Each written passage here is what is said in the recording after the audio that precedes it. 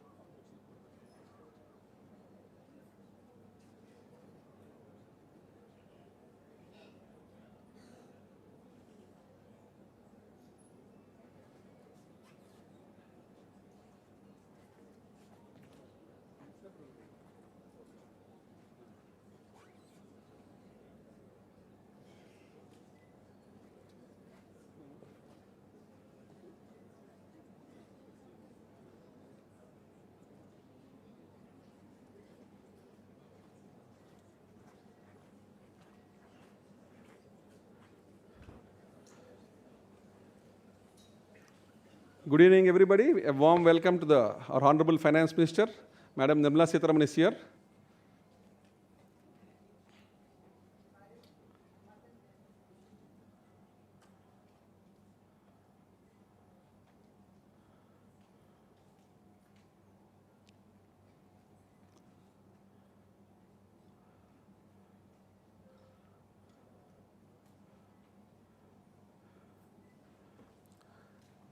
Good evening, madam, and a warm welcome to all the dignitaries and all the chief guests and guests of honor for gracing this occasion.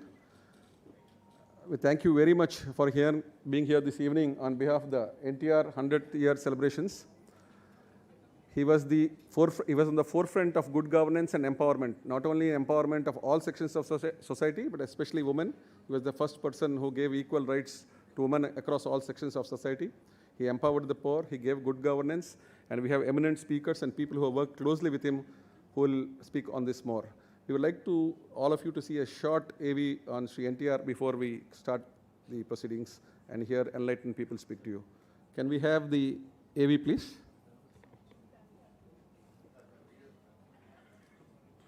Yeah, please play the AV.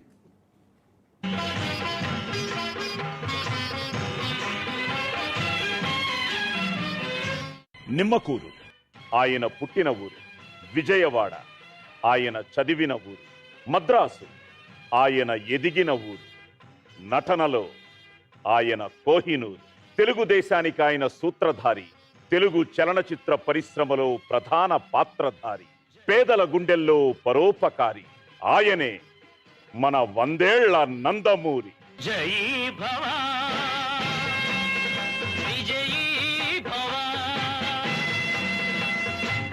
భారతదేశ చరిత్రలో, ప్రత్యేకించి ఆంధ్రుల చరిత్రలో ఎన్టీఆర్ అనే 3 అక్షరాలు ఒక సందేశం, ఒక సంచలనం, ఒక సమర శంఖారావం, అకుంఠిత దీక్ష, అచంచల ఆత్మవిశ్వాసం, అభిమానుల ఆదరణ ఆలంబనగా రాజకీయ రంగప్రవేశం చేసి అద్భుత విజయాలు సాధించి పేదల పెన్నిధిగా చరిత్ర సృష్టించారు. ఆ మహాప్రస్థానానికి బాటలు వేసింది వారి సినీ జీవిత ప్రస్థానం.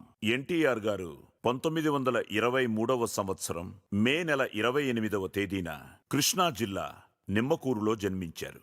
గుంటూరు కాలేజీలో డిగ్రీ చదివారు. కాలేజీ రోజుల్లోనే రంగస్థలంపై మెరిసి శ్రీ విశ్వనాథ సత్యనారాయణ గారి ఆశీస్సులు అందుకున్నారు. 1949వ సంవత్సరంలో నటి, నిర్మాత శ్రీ కృష్ణవేణి ఎల్వి ప్రసాద్ దర్శకత్వంలో స్వాతంత్ర పోరాట కథతో తీసిన మనదేశం చిత్రంలో ఇన్స్పెక్టర్ పాత్రలో వెండితెరకు పరిచయం అయ్యారు నందమూరి తారక రామారావు.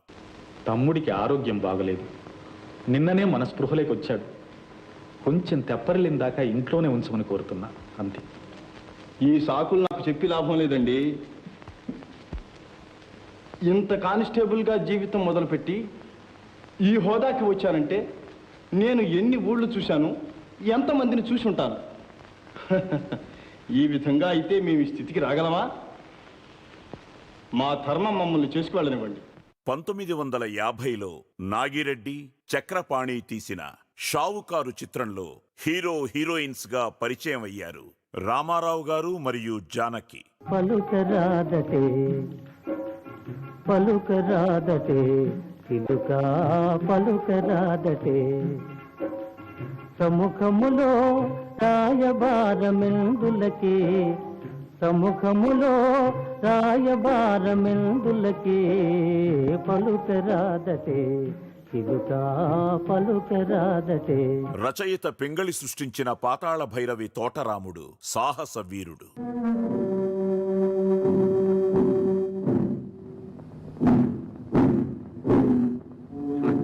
బొడ్డు దేవరను ఆ ఉక్కు గదతో బొడ్డును పగలమోదమంటోంది. ఆజ్ఞశాయరా?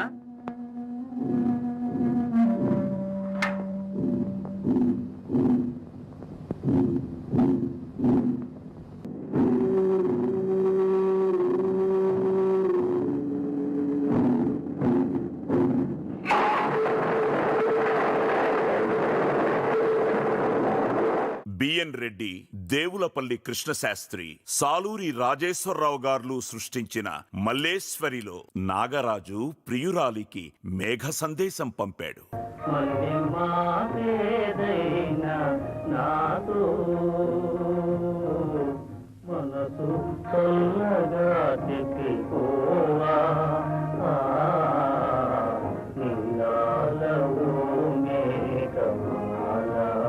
భానుమతి దర్శకత్వంలో ఎన్టీఆర్ నటించిన చిత్రం చండీరాణి. తొలి చూపులోని సంకేతమేమో తెలి నవ్వులోని ఆ శిల్పమేమో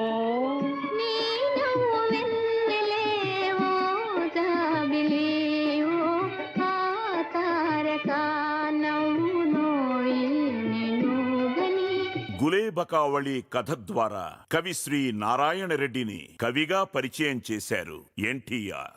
ఏ నాటిదో మన బంధం ఎరుగరాని అనుబంధం ఎన్ని యుగాలైనా ఇది ఎగిరిపోని గంధం ఎగిరిపోని గంధం నన్ను దోచుకొందువటే నన్ను దోచుకొందువటే వన్నెల దొరసాని కన్నులలో దాచుకొందు నిన్నే నా స్వామి నిన్నే నా స్వామి నన్ను దోచుకొందువటే. రామానాయుడు గారి తొలి చిత్రం రాముడు భీముడు. ఈ చిత్రంలో ఎన్టీఆర్ తొలిసారి ద్విపాత్రాభినయం చేశారు.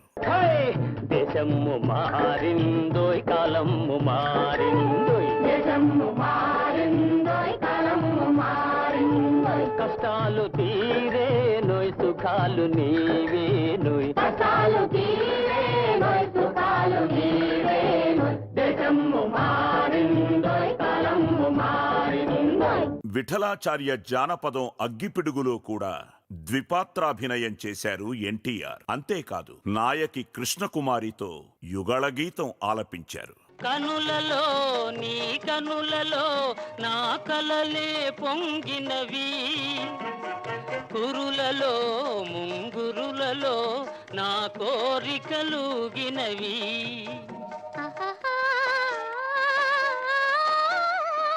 వింతగా కవ్వింతగా ఈ వెన్నెల పూచినది, చెంతగా నువ్వు చేరగా గిలిగింతగా తోచినది, గిలిగింతగా తోచినది.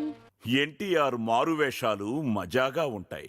డివిఎస్ రాజుగారు తీసిన పిడుగు రాముడులో మహిళా వేషం వేసి ప్రేక్షకులను మురిపించారు. రాక రాక మా వాడలోకి బల్సోపు మాడు వచ్చాడే, నాకు బాగా నచ్చాడే. రాక రాక మా వాడలోకి బల్సోపు మాడు వచ్చాడే, నాకు బాగా నచ్చాడే. ఏమా అందం ఏమా చందం ఇంకనే తాళలేనే హోయమ్మా. గుండమ్మ కథలో ఘంటసాల గానానికి ఎన్టీఆర్ వేసిన చిందులు చూసి సావిత్రి నవ్వాపుకోలేకపోయారు. బాల బాలో ఎన్న బాలో తిన్నమ్మి అందాల గారాల బాల, బాల బాలో ఎన్న బాలో తిన్నమ్మి అందాల గారాల బాల. బేల బేలో ఎన్న బేల పెద్దమ్మి చిలకల కులికేను తాలా, బేల బేలో ఎన్న జిగ్ జినక్ జిన జిగ్ జినక్ జిన జిగ్ జినక్ జిన జిన్. హే బేల బేలో ఎన్న బేల పెద్దమ్మి చిలకల కులికేను తాలా, ఈ బేల పలికితే ముత్యాలు రాలా. దర్శకులు పి చంద్రశేఖర్ రెడ్డి ఎన్టీఆర్ ను బడిపంతులుగా ఆవిష్కరించారు.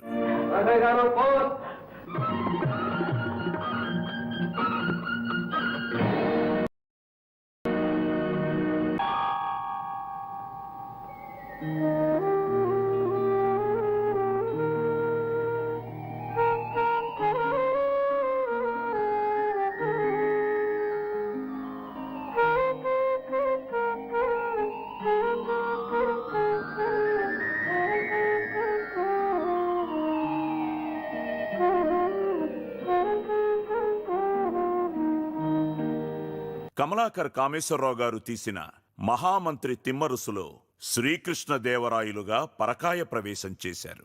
తెలుగదేలయన్న దేశంబు తెలుగు, ఏను తెలుగు వల్ల భుండ తెలుగు కండ ఇల నృపులు గొలువ ఎరుగవే బాసాడి, దేశ భాషలందు తెలుగు లెస్స.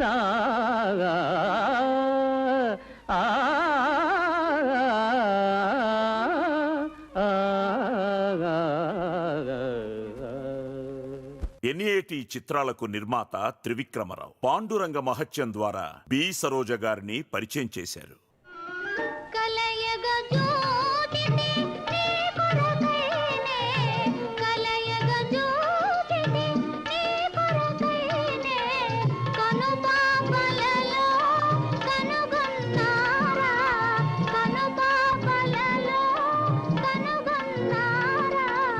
అవునో కాదో నే చూడనా, నీవని నేనని తలచితినే, నీవే నేనని తెలిసి తినే.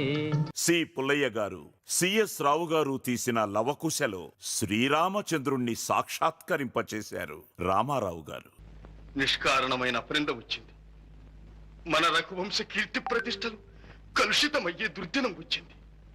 మన పౌరులలో ఒకడు భార్యను అనుమానించి బెడలగొట్టి ఏడాది పాటు లంకలో ఉన్న సీతను తెచ్చి ఏలుకుంటున్న వెర్రి రాముడి వంటి వాడినా అని ఏమేమో. రావణ బ్రహ్మ శివభక్తుడు. ప్రఫుల్ల నీల పంకజ ప్రపంచకాలి మచ్చట, విడంబి కంఠ కంధరా రుచి ప్రబంధ కంధరం, స్మరచ్చిదం పురచ్చిదం భవచ్చిదం మఘచ్చిదం గజచ్చికాంధకచ్చితం తమంత కచ్చిదం భజే. బిఏ సుబ్బారావు తీసిన భీష్మలో భాగవత పద్యానికి ఎన్టీఆర్ అభినయం ప్రాణం పోసింది. ఆపకు అర్జున, రా కృష్ణ, నీ చేతిలో మరణించటం కంటే ఈ జన్మకు సాఫల్యమేముంది దేవా? కుప్పించి ఎగసిన కుండలంబుల కాంతి గగన భాగం బెల్ల గప్పికొనగా ఉరికిన నోర్వక ఉదరంబులోనున్న జగముల వ్రేగున జగతి కదలా. దర్శకులు కెవి రెడ్డి, ఛాయాగ్రాహకులు మార్కస్ బాట్లే తొలిసారిగా ఎన్టీఆర్ని మాయాబజార్లో శ్రీకృష్ణుడిగా తీర్చిదిద్దారు. ఆ తరువాత 17 సార్లు ఆ పాత్రను పోషించారు ఎన్టీఆర్.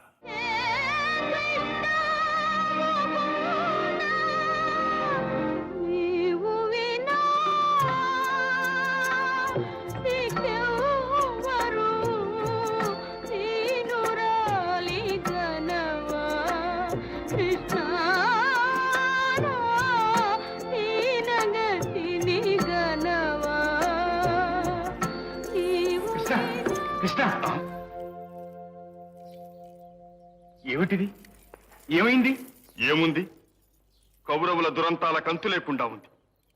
మాయాద్యూతంలో పాండవుల రాజ్యాన్ని అపహరించింది చాలక ధర్మబద్ధులైన వారిని అవమానించి కట్టుబట్టలతో కానలకు పంపుతున్నారు. ఎన్టీఆర్ అంతకుముందు కొన్ని చిత్రాలకు దర్శకత్వం చేసిన పేరు వేసుకున్న తొలి చిత్రం శ్రీకృష్ణ పాండవీయం. ఈ చిత్రం ద్వారా కేఆర్ విజయను పరిచయం చేశారు. ఏమీ ఎరుగని గోపాలునికి ప్రేమలేవో నేర్పినావు, మనసు తీరా పలుకరించి మా ముద్దు ముచ్చట చెల్లించవే, ప్రియురాల సిగ్గేలనే, ప్రియురాల సిగ్గేలనే. నటునిగా, స్క్రీన్ ప్లే రచయితగా, దర్శకుడిగా ఎన్టీఆర్ విశ్వరూపానికి ప్రతిరూపం. దాన వీర సూర కర్ణ. ఇందులో త్రిపాత్రాభినయం ఒక ప్రత్యేకత. ఓహో, రాచరికమా అర్హతను నిర్ణయించున్నది.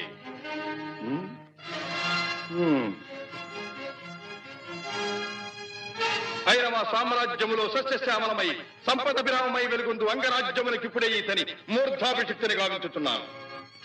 సోదరా దుశ్శాసన, అనర్ఘనవరత్న శక్తి కిరీటమును వేగము గదెము. మామా గాంధార సార్వభౌమ, చురిచిన మణిమయ మండిత సువర్ణ సింహాసనమును తెప్పింపము. పరిజనులారా, పుణ్యభాగీరథీ నదీతో అందుకొనుడు. కళ్యాణ భక్తులారా, మంగళ సూర్యారవములు సుస్వరముగా మ్రోగనిండు. వందిమాగధులారా, కర్ణ మహారాజును కైవారములు గావింపుడు. పుణ్యాంగరులారా, ఈ రాధాసుతులకు పాలభాగమున కస్తూరి తిలకమును తీర్చిదిద్ది బహుజన సుకృత పరీపాక సమలబ్ధ సహజ కవచ కైశ వైఢూర్య ప్రభారించోడికి వాంఛలు చలవేగా వీరగంధము విద్యరాల్పుడు. నేను ఈ సకల మహాజన సమక్షమున పండిత పరిషన్ మధ్యమున సర్వదా సర్వథా శతథ సహస్రథ ఈ కులకలక మహాపైక్యలమును శాశ్వతముగా ప్రక్షాళన గావించెదను. వెంపటి సత్యం వద్ద నృత్యం నేర్చుకుని నర్తనశాలలో బృహన్నల పాత్రని రక్తి కట్టించారు.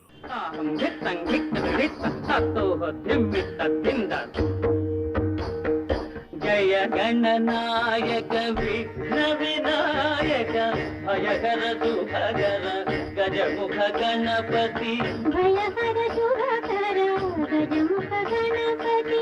అర్జునుడిగా మహాభారతంలోని పద్యానికి అభినయంతో భాష్యం చెప్పారు.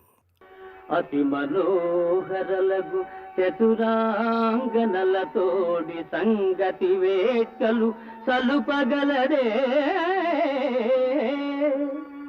కయ్యమున నోడిపోయిన కౌరవేంద్ర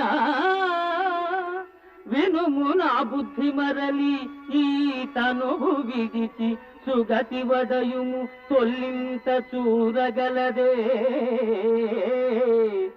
జూదమిత్తట నాడంగరాదు సుము.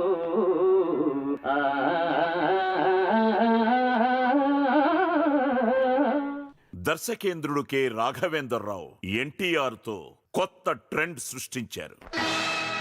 మనిషై పుట్టినవాడు కారాదు మట్టి బొమ్మ పట్టుదలే ఉంటే కాగలడు మరో బ్రహ్మ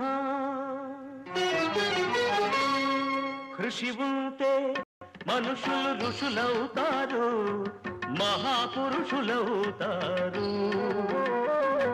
తరతరాలకి తరగని వెలుగవుతారు ఇలా వేడుకులవుతారు.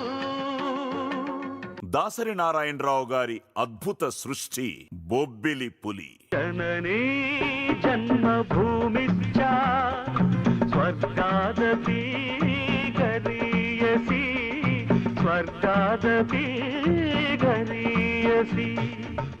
దేశభక్తి కథాంశంతో కూడిన చిత్రం మోహన్ బాబు నిర్మించిన మేజర్ చంద్రకాంత్. ఇదే ఎన్టీఆర్ గారు నటించిన చివరి సాంఘిక చిత్రం కూడా. ఎవడు రారా భరత జాతిని కప్పమడిగిన తుచ్చుడు ఎవడు ఎవడా పొగరు పట్టిన తెల్ల దొరగాడెవ్వడు బ్రతుకు తెరువుకు దేశమొచ్చి బానిసలుగా మమ్ము నెంచి పన్నులడిగే కొమ్ములొచ్చిన దమ్ములెవడికి వచ్చరా. ఇక ప్రజాప్రస్థానంలో ఎన్టీఆర్కు ఎన్టీఆరే సాటి. తెలుగుదేశం పార్టీ స్థాపించిన 9 నెలల్లోనే అధికారంలోకి వచ్చి రాజకీయ రంగంలో కూడా రికార్డు సృష్టించారు ఎన్టీఆర్. ఎత్తి జై కొట్టు తెలుగోడా గతమెల్తో ఘన కీర్తి కలవోడా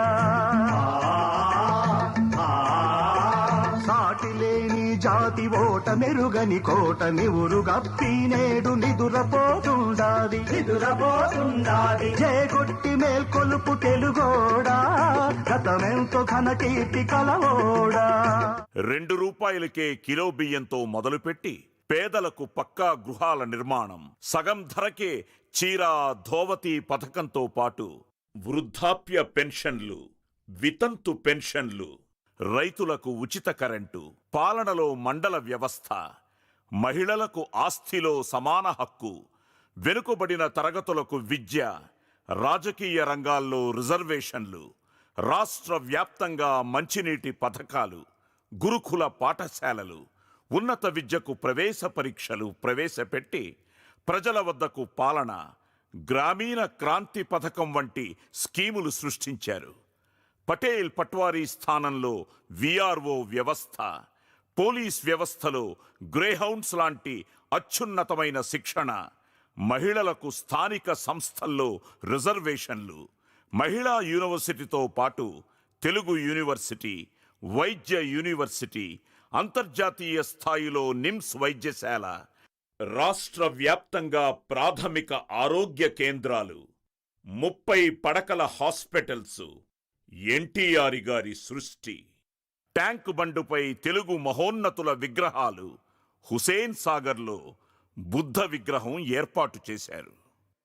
తెలుగు గంగ, హంద్రీనీవా, గాలేరు నగరి, వెలుగొండ, పులిచింతల, ఉత్తరాంధ్ర సుజల స్రవంతి, తెలంగాణలో నెట్టంపాడు, కల్వకుర్తి, భీమా వంటి సాగునీటి పథకాలకు రూపకల్పన చేసి వందలాది ఎత్తిపోతల పథకాలతో పాటు మద్రాసుకు త్రాగునీరు అందించి మహోన్నతుడయ్యాడు ఎన్టీఆర్. దేశమంటే వట్టి మట్టి కాదన్నాడు, మనుషులన్న మాట మరువబోదన్నాడు.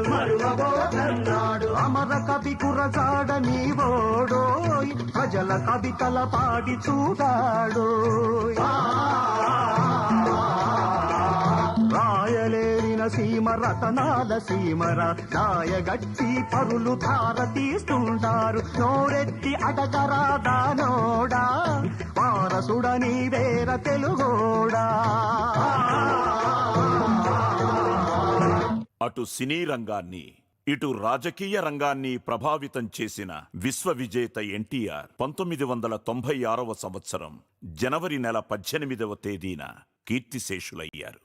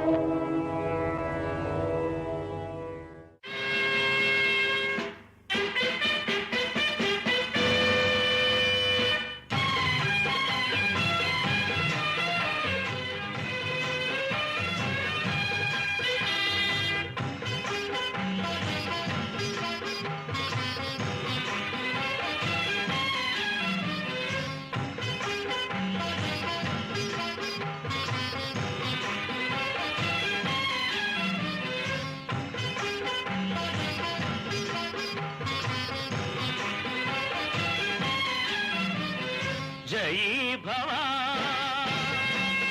విజయీ భవ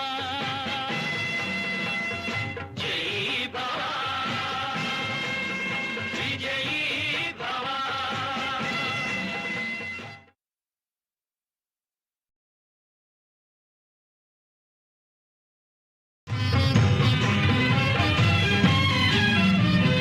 జై భవ విజయీ భవ జై భవ విజయీ భవ.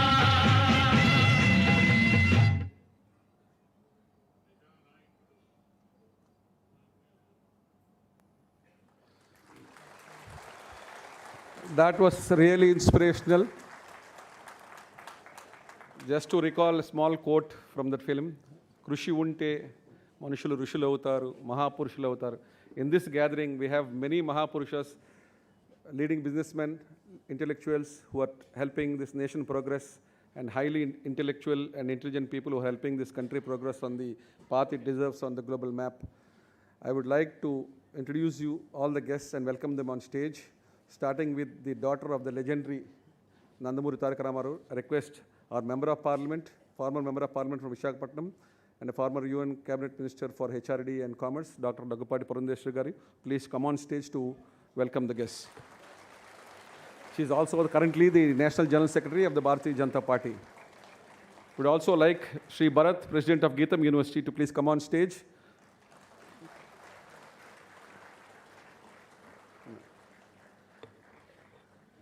One of the distinguished guests we have today is Dr.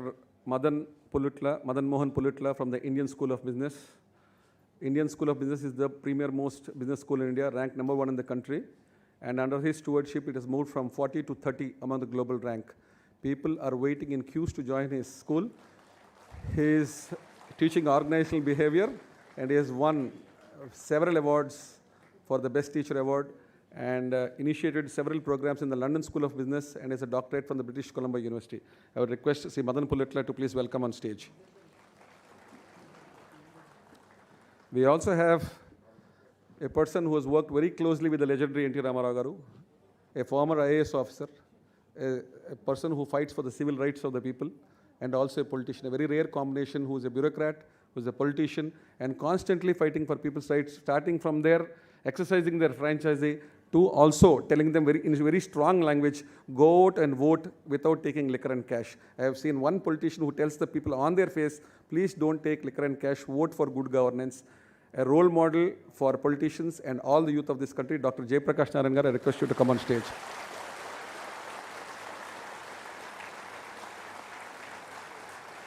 I would request Nivedita to please hand over a bouquet to both our chief guests. Nivedita is the granddaughter of the legendary Dr. N.T. Ramarao Garu.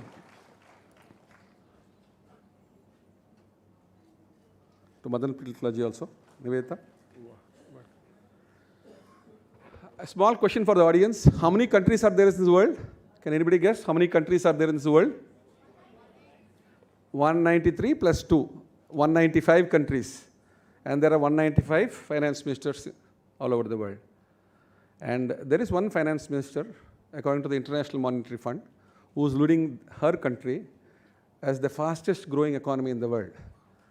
And we have to give it to that lady. It's not a small thing. It's not a Rishi or a Mahapurush. It's much more than that.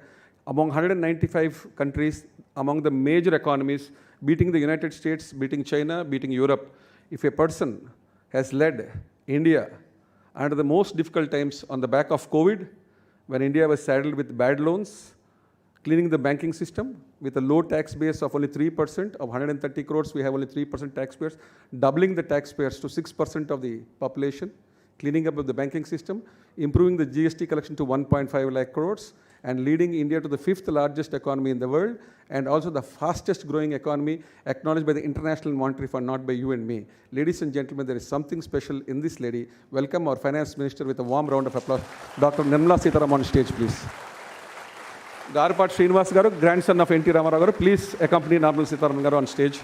And Nivedita, granddaughter of legendary NTR, please.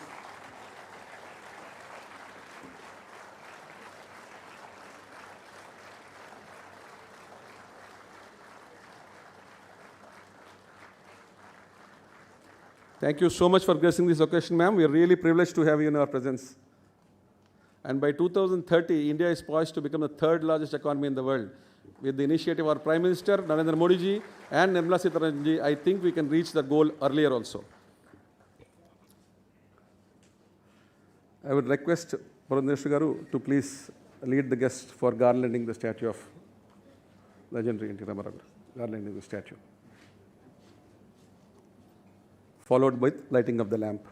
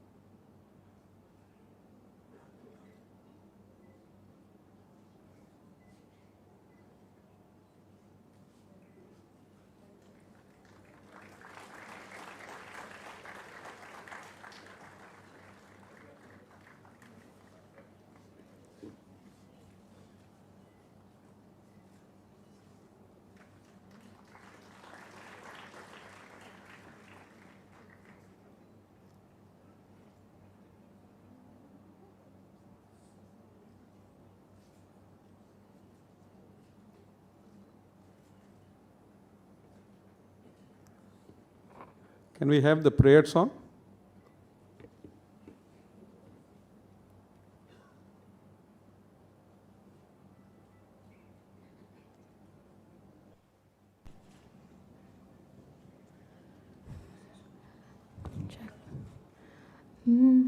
पुरा कुंभ संभव मुनिवर प्रपूजितं त्रिकोणमध्यगतं पुरा कुंभ संभव मुनिवर प्रपूजितं त्रिकोणमध्यगतं Murari प्रमुखरिपस्थितं मूलधरक्षेत्रस्थितं परादिचत्वारि वागात्मकं प्रणवस्वरूप वक्रतुण्डम्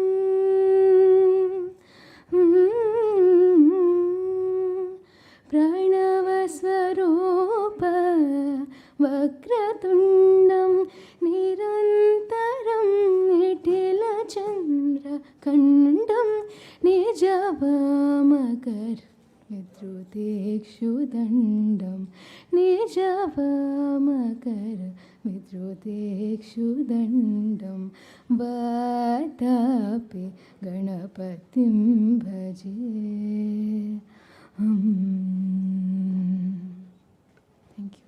Thank you so much. Auspicious start to the program. I would request Dr. Purandeshwari Garu to give the welcome address.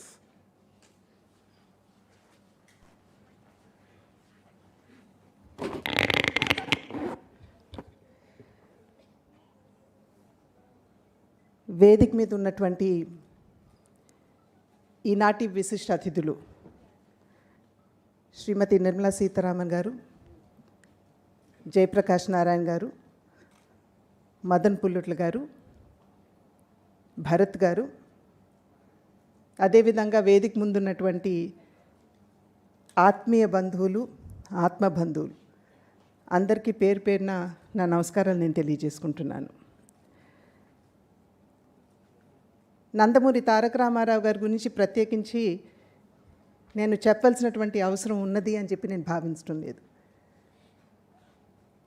చెప్పడానికి సాహసించినట్లయితే అది సూర్యుడికి దీపం కాంతి చూపించినట్లే అవుతుందని చెప్పి నేను భావిస్తాను.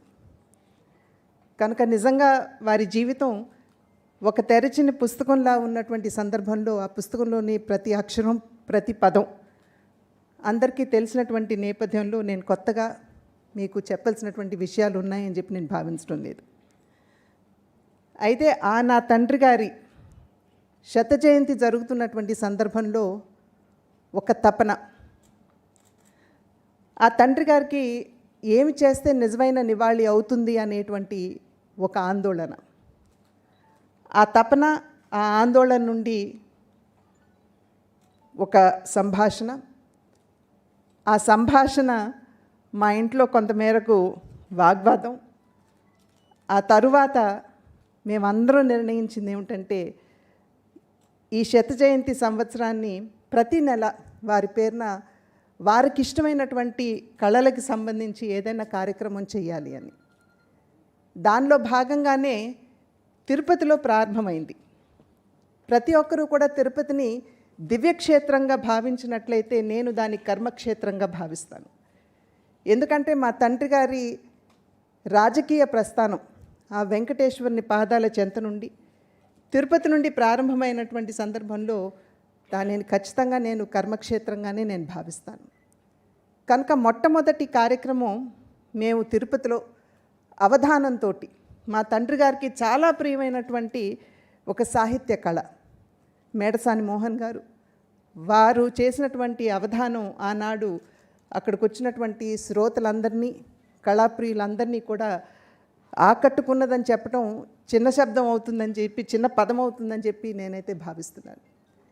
మధ్యలో కొంతమేర ఒక అంతరాయం వచ్చిన అనివార్య కారణాల వల్ల ఈ నెల మళ్ళీ దాన్ని తిరిగి ఏ విధంగా చేయాలి అని చెప్పి ఆలోచించినప్పుడు వారు ఏదైతే ఆనాడు నందమూరి తారక రామారావు గారు, అంటే అంతవరకు వారు రాజకీయాల్లోకి రాకముందు సంక్షేమం సుపరిపాలన అనేటువంటి శబ్దాలకి అర్థం తెలియనటువంటి నాళ్ళల్లో నందమూరి తారక రామారావు గారు రాజకీయాల్లోకి వచ్చినటువంటి నేపథ్యంలో దాన్ని ఒక అంశంగా తీసుకుని ఇవాళ ఈ కార్యక్రమాన్ని నిర్వహించాలి అని చెప్పి భావించడం జరిగింది. నిర్ణయం జరిగినటువంటి నేపథ్యంలో నిర్మలా సీతారామన్ గారిని నేను వెంటనే వారిని అభ్యర్థించాను. ఇట్లా మీరు వచ్చినట్లయితే ఖచ్చితంగా ఈ సభకి ఒక నిండుతనం, మేము తలపెట్టినటువంటి ఈ కార్యక్రమానికి ఒక అర్థం ఉంటుంది అనేటువంటి భావనతో వారిని అడిగిన వెంటనే వారు ఖచ్చితంగా వస్తాను అని చెప్పటం, ఇవాళ మనకి సమయం కేటాయించడం. అయితే ఇవాళ అంశం ఏదైతే ఉందో సంక్షేమం సుపరిపాలన. ఇందాక నేను చెప్పినట్లుగా నందమూరి తారక రామారావు గారు ముఖ్యమంత్రి అయ్యే నాళ్లలో నిజంగా సంక్షేమం మరియు సుపరిపాలన అనేటువంటి పదాలకి అర్థం తెలియనటువంటి నాళ్ళు అని చెప్పి నేనైతే భావిస్తాను. అయితే ఆ రెండు పదాలకి కూడా నందమూరి తారక రామారావు గారు ముఖ్యమంత్రిగా ఉన్నటువంటి సందర్భంలో వారు దానికి నిజమైనటువంటి నిర్వచనంగా నిలిచారు అని చెప్పి చెప్పడం నిజంగా అతిశయోక్తి కాదు అని చెప్పి నేను భావిస్తాను. ప్రజాహితే హితం రాజ్ఞః ప్రజానాం చ సుఖే సుఖం నాత్మ ప్రియం హితం రాజ్ఞః ప్రజానాం చ సుఖే హితం అని చెప్పి మన పెద్దలు చెప్పారు. అంటే దీని అర్థం ఏమిటంటే నాకు నచ్చినటువంటి పని, అంటే రాజుకి నచ్చినటువంటి పని రాజు చేయకూడదు, కానీ ప్రజలు ఏదైతే కావాలి అని చెప్పి ఆకాంక్షిస్తారు, ప్రజలకి ఏమి చేస్తే వారికి మేలు జరుగుతుంది అని చెప్పి మనం భావిస్తాము, రాజు ఖచ్చితంగా ఆ పనే చేయాలి, అటువంటి వాడే నిజమైన రాజు అని చెప్పి మన పెద్దలు చెప్పినటువంటి మాట. దానికి నిజమైనటువంటి నిర్వచనం నేను నందమూరి తారక రామారావు గారు అని చెప్పి నేను భావిస్తాను. వారు ప్రవేశపెట్టినటువంటి అనేక సంక్షేమ కార్యక్రమాలు ఇవాళ నిజంగా దేశానికి ఆ సంక్షేమ కార్యక్రమాలన్నీ కూడా ఆదర్శప్రాయంగా నిలిచాయని చెప్పి చెప్పడం అతిశయోక్తి కాదు, సత్యదూరం కూడా కాదు. కొన్ని ఉదాహరణకి, ఎందుకంటే మనం అందరం కూడా వేదిక మీద ఉన్నటువంటి అతిథులు మనకి ఏ రకమైనటువంటి పరిచయం ఇస్తారు ఈ అంశానికి అని చెప్పేటువంటి ఆతృతలో మనం ఉన్నటువంటి సందర్భంలో అన్నీ వివరించి చెప్పడం కూడా నాకు సమయం సరిపోదు అని చెప్పి భావిస్తూ కొన్నింటిని ఉదాహరణగా చెప్పాల్సినటువంటి బాధ్యత నాకున్నది అని చెప్పి నేను భావిస్తాను. ఉదాహరణకి 2 రూపాయల కిలో బియ్యం. సంయుక్త ఆంధ్ర రాష్ట్రంలో ధాన్యం పండించని ప్రాంతాలు చాలా ఉన్నటువంటి నేపథ్యంలో చాలామంది ఆకలితో అలమటిస్తూ తృణధాన్యాలు ఏవైతే ఉంటాయో, సజ్జలు కావచ్చు, జొన్నలు కావచ్చు, రాగులు కావచ్చు, అటువంటి వాటితో కడుపు నింపుకునేటువంటి పరిస్థితి ఉన్నటువంటి సందర్భంలో నందమూరి తారక రామారావు గారు 2 రూపాయలకే కిలో బియ్యం పథకాన్ని వారు ప్రవేశపెట్టడం జరిగింది. ఇది వీలు కాదు అని చాలామంది చెప్పినప్పటికీ వీలు కాదు అని చెప్పడం కాదు, ఎలా వీలవుతుందో చెప్పండి అని చెప్పి నందమూరి తారక రామారావు గారు కూడా చెప్పినటువంటి సందర్భం లేకపోలేదు. అదేవిధంగా పక్కా గృహ నిర్మాణం. అప్పట్లో వెదురు బొంగులు తాటాకులతో అప్పుడు ఆ రోజుల్లో గుడిసెలు వేసుకుంటున్నటువంటి సందర్భంలో ప్రకృతి వైపరీత్యాలకి పదే పదే అవి కొట్టుకుపోవటం కావచ్చు, లేకపోతే కాలిపోవటం కావచ్చు జరుగుతున్నటువంటి నేపథ్యంలో కేవలం 35,000 రూపాయలు వాళ్ళకి ఇళ్ళు కట్టుకోవటానికి ఇస్తున్నటువంటి నేపథ్యంలో నందమూరి తారక రామారావు గారు ముఖ్యమంత్రిగా ప్రభుత్వం తరఫున భూసేకరణ అనేటువంటి కార్యక్రమాన్ని వారు ప్రారంభించి అప్పట్లో పక్కా గృహాలు అంటే ఇటుకలతోటి సిమెంట్ తోటి పక్కా గృహాలు నిర్మించి బడుగు బలహీన వర్గాల వారికి పేదలకు ఇచ్చినటువంటి సందర్భం. నేటికి కూడా ఆ పథకం దేశానికి ఆదర్శప్రాయం పట్టణ గ్రామీణ ప్రాంతాల్లో కొనసాగుతున్నటువంటి విషయం మనం అందరం కూడా గ్రహించాలి. అదేవిధంగా జిల్లా స్థాయిలో ఆరోగ్యానికి వచ్చేటప్పటికి 30 పడకల హాస్పిటల్ నిర్మాణం ఇప్పుడే మనం చూసాం ఏవీలో కూడా. ఏ విధంగా వారు దానికి ఆద్యం పోశారు మనం అందరం కూడా ఇప్పుడే చూడటం జరిగింది. అదేవిధంగా మహిళలకి సంబంధించి మహిళా సాధికారత, దానికి నిజమైనటువంటి నిర్వచనం నందమూరి తారక రామారావు గారు పలికారు అని చెప్పి చెప్పడం కూడా అతిశయోక్తి కాదు అని చెప్పి నేను భావిస్తున్నాను. అప్పట్లో ఆస్తులు హక్కు కావచ్చు, లేదా స్థానిక సంస్థల్లో మహిళలకి రిజర్వేషన్లు కల్పించడం కావచ్చు, లేదా మొట్టమొదటి మహిళా విశ్వవిద్యాలయాన్ని ప్రారంభించడం కావచ్చు, అదేవిధంగా మహిళా ప్రాంగణాలు ప్రారంభించడం కావచ్చు. ఎందుకంటే మహిళల్లో ఉన్నటువంటి నైపుణ్యాన్ని వెలికి తీసి వారి కాళ్ళ మీద వాళ్ళు నిలబడేటువంటి స్థాయికి మహిళ ఎదగాలి అని చెప్పేటువంటి భావనతోటి వారు ప్రారంభించినటువంటి మహిళా ప్రాంగణాలు కావచ్చు, ఇవన్నీ కూడా సంక్షేమానికి ఆదర్శాలు అని చెప్పి నేను భావిస్తాను. అటువంటి సందర్భంలో నిజంగా సంక్షేమం అనేది ఆంగ్లంలో చెప్తారు, we teach them to fish rather than give the fish అని చెప్పేటువంటి ఒక నానుడు ఉన్నటువంటి నేపథ్యంలో దానికి నిజమైనటువంటి నిర్వచనం నందమూరి తారక రామారావు గారు పలికారని చెప్పి చెప్పడం అతిశయోక్తి కాదు. కనుకనే ఇవాళ వారు అటు వ్యవసాయ రంగంలో కావచ్చు అనేక సరికొత్త నిర్ణయాలు, అంటే ఒక రకంగా చెప్పాలంటే కేవలం ఏదో ఒక రాజకీయవేత్త ఒక ముఖ్యమంత్రిగా వారి పరిపాలన సాగింది అని చెప్పే కన్నా ఒక సంస్కర్తగా కూడా రాజకీయాల్లో కొత్త సంస్కరణ తీసుకురావడం, మాండలిక వ్యవస్థ ప్రవేశపెట్టడం కావచ్చు, అదేవిధంగా పటేల్ పట్వారీ వ్యవస్థని నిర్మూలించడం కావచ్చు, ఇవన్నీ కూడా పరిపాలనని ప్రజలకి ఏ విధంగా చేరువ చెయ్యాలి అనేటువంటి విషయానికి నాంది నందమూరి తారక రామారావు గారు పలికారు అని చెప్పి నేను ఖచ్చితంగా వ్యక్తిగతంగా విశ్వసిస్తున్నటువంటి మాట. కనుక ఆ నేపథ్యంలో ఇవాళ ఇక్కడికి ఇంతమంది విజ్ఞులు, వారితో దగ్గరగా పనిచేసినటువంటి వారు కావచ్చు, లేదా ఆర్థిక మంత్రి గారు కావచ్చు, అదేవిధంగా ఒక బిజినెస్ స్కూల్ డీన్ గారు ఇక్కడికి వస్తున్నటువంటి సందర్భంలో ఏ అంశం మీద కనుక మనం ఇక్కడ చర్చించుకుంటే బాగుంటుందా అనేటువంటి విషయానికి చర్చించుకున్నటువంటి నేపథ్యంలో ఖచ్చితంగా సంక్షేమం, సుపరిపాలన. ఎందుకంటే ఇవాళ సంక్షేమాన్ని కూడా ఏ విధంగా ఏ కోణం నుండి మనం చూడాలి అనేటువంటి అంశం కూడా చాలా చర్చనీయాంశంగా ఉన్నటువంటి, అన్ని వర్గాల్లో ఒక అంశంగా ఉన్నటువంటి నేపథ్యంలో దానిని అంశంగా తీసుకుని ఇవాళ ఈ కార్యక్రమాన్ని నిర్వహించడం జరిగింది. ఇది మా తండ్రి గారి గుండెకి చాలా వారికి చాలా ప్రియమైనటువంటి అంశం ఇది. కనుకనే ఇవాళ సంక్షేమం, సుపరిపాలన అనేటువంటి అంశాన్ని తీసుకుని నేను ఖచ్చితంగా ఈ వేదిక మీద నుండి నేను భారతదేశ ఆర్థిక మంత్రి గారు నిర్మలా సీతారామన్ గారు కావచ్చు, మా తండ్రి గారితో చాలా దగ్గరగా పనిచేసినటువంటి జయప్రకాష్ నారాయణ గారు కావచ్చు, అదేవిధంగా Indian School of Business dean గారు అయినటువంటి మదన్ గారు కావచ్చు, వారందరికీ కూడా నేను హృదయపూర్వకంగా నేను ధన్యవాదాలు తెలియజేస్తున్నాను. ఎందుకంటే అడిగిన వెంటనే వారు ఒప్పుకుని ఇక్కడికి వచ్చినందుకు నేను వారికి పేరున ధన్యవాదాలు తెలియజేసుకుంటూ నాకు అంటే మీరందరూ కూడా ఇక్కడికి ఇందాక అన్నట్లుగా మీరందరూ కూడా ఆత్మబంధువులు, ఆత్మీయులు అనేటువంటి సందర్భంలో మీరందరూ కూడా ఇక్కడికి రావడం అనేది ఈ సభకి చాలా నిండుతనం ఇచ్చింది అని చెప్పి తెలియజేసుకుంటున్నాను. నమస్కారం. Thank you very much, ma'am. That was a wonderful message. Our next speaker is Dr. Madan Pilutla from the Indian School of Business.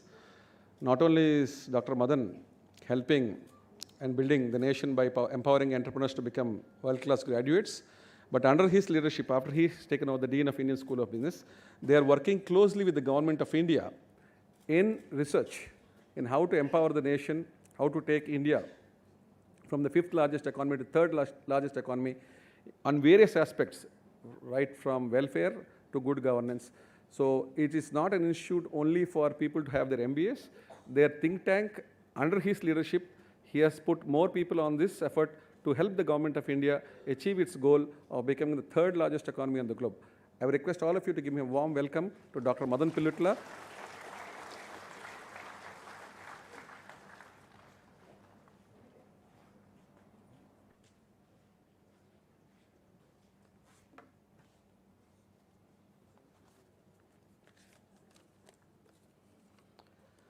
Good evening.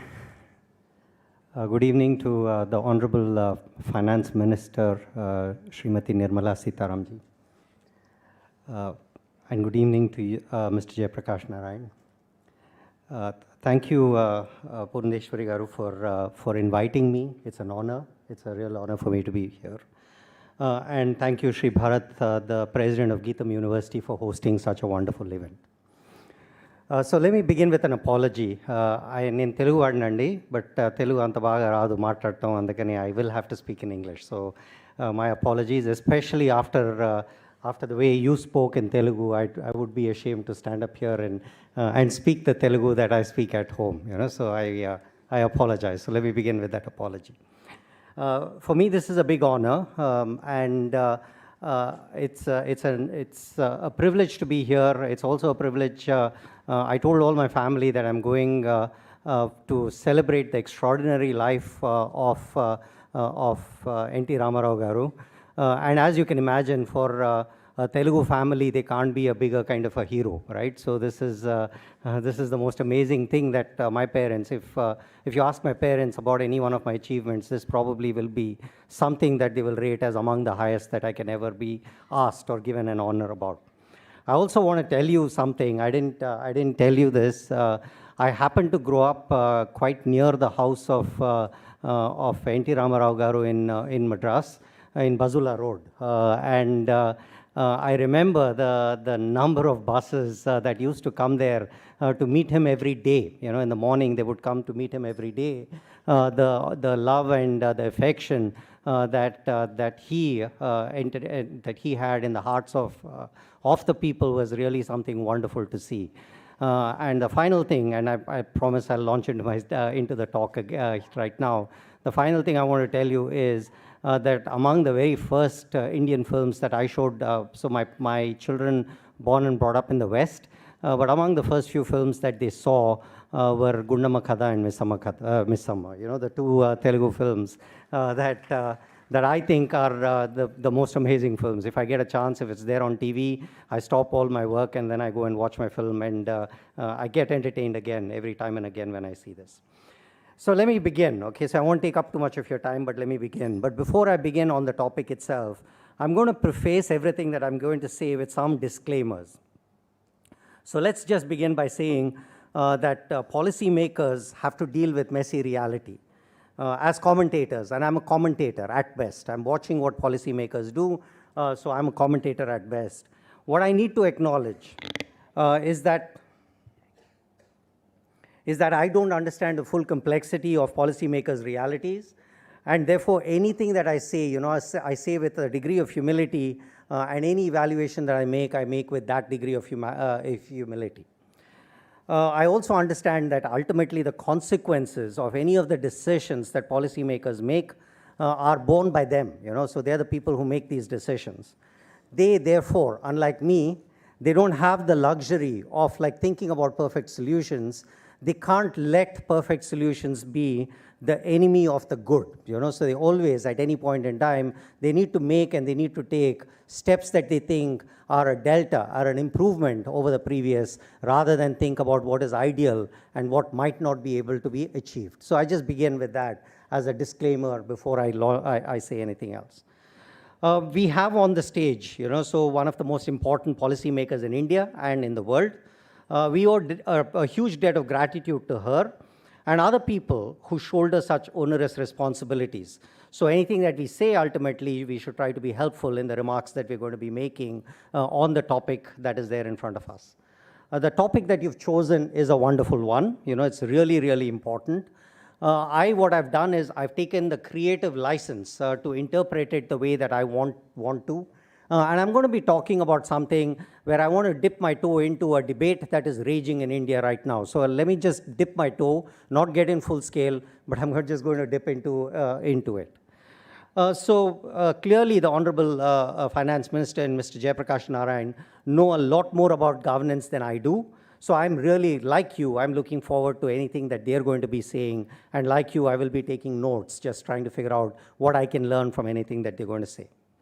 But let me begin about the topic itself that I want to talk about. I'll begin by offering a definition of governance.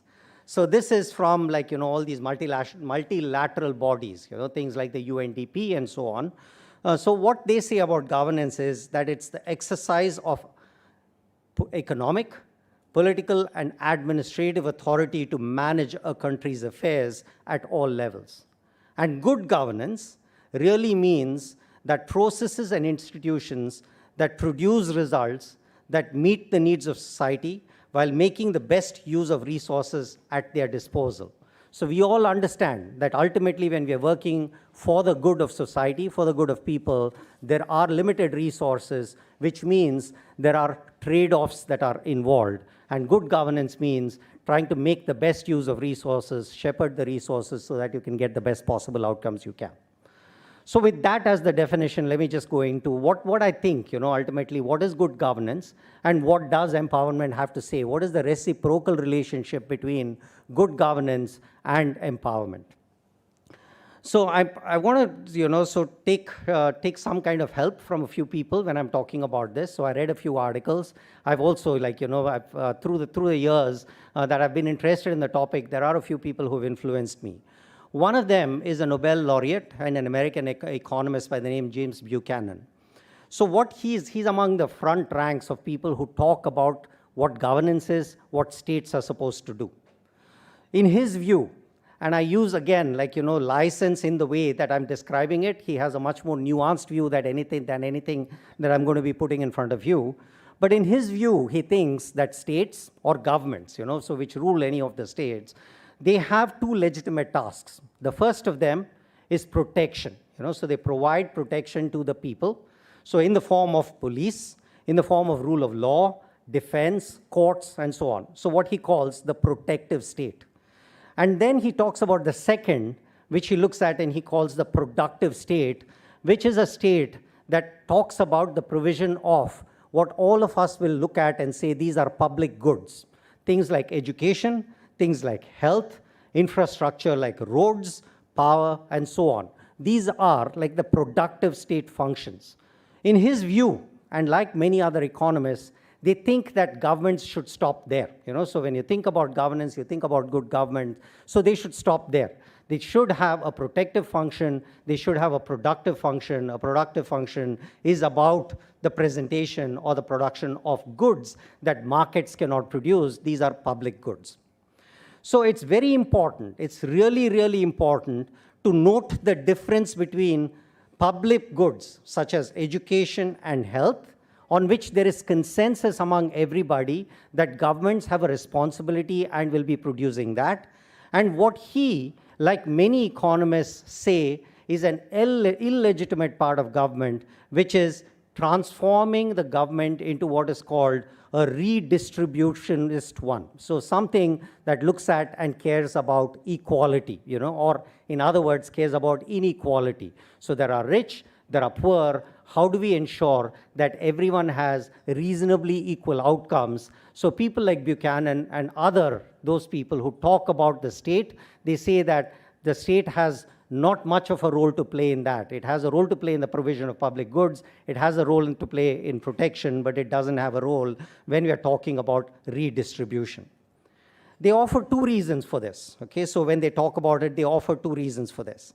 The first is they say that any economic outcome is best left with the market. So there are market failures, which is what public goods are, but anything else, it's best left to the government.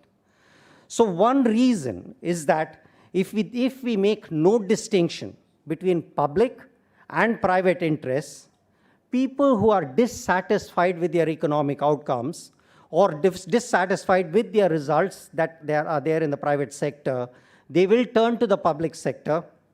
And then what they'll do is that they will form coalitions, will lobby the governments, and obtain special favors and legislation favorable to them. In other words, this is clientelism. They refer to this as clientelism. And what they say is that clientelism is the reason where you privilege certain groups, you privilege certain coalitions of voters. This is the reason that governments want to stay away from any kind of redistribution or welfare kind of like policies themselves. There's a second reason that they offer. And the second reason is a stronger reason. The claim that they make oftentimes is that any attempt to equalize economic outcomes, it comes in the way of economic efficiency. So efficiency from that point of view it comes at the cost of inequalities, efficiency comes in their view at the cost of inequalities in income and wealth. In other words, inequalities in income and wealth is probably what results in economic development, is what they say. So any attempt to address that comes at a cost for economic development for countries. This is best exemplified by a quote by a person called Oken, who talks about any kind of an attempt at welfare as a leaky bucket. So I quote what he says: "The money that must be carried from the rich to the poor is a leaky bucket. Some of it will simply disappear in the transit. The poor will not receive all the money that is taken from the rich." So any of the transfer that takes place there, for a number of reasons, that it's going to leak away, which means it's going to affect economic development of the country. Despite this criticism of the redistribution efforts by the state and the assumption that economic equality and economic inefficiency are antithetical, there are many governments that have taken the redistribution function of states seriously. And thankfully, that's good. It's good that they've taken that particular thing seriously. Because in the book that, so there is a book that has been written by Thomas Piketty. It's a book that was a very, very, very famous book. It's called A Brief History of Equality, and I suggest that you go and read it. The data itself, people are questioning it at all different points in time, but there is one thing that is unmistakable in what he says. What he says is that the world in the early 2020s, which is now, no matter how unjust or unfair that it seems, is more egalitarian than 1950 or 1900, definitely more egalitarian than 1850 or 1780. And this is because all of the states and all of the governments have taken redistribution and welfare responsibilities, they have taken them seriously. So why did they do so? Why did the world move towards this, even though there are very strong critiques against this? And why did the welfare state come to be in large parts of the world where governments are rightly concerned about welfare, even though there are arguments, reasonable arguments, that have been mounted against it? First, and I think this is the most important one, so I just want to put this down here. There is a perceived moral imperative towards equality of opportunity. That is what all of us believe. We think that the idea that all children should get the same chances in life, independent of the socioeconomic status of their parents, is a fair one, is a just one. We believe that. Or more broadly, what we believe is that people should not be advantaged or disadvantaged because of their luck or because they've been born in a rich or a poor household.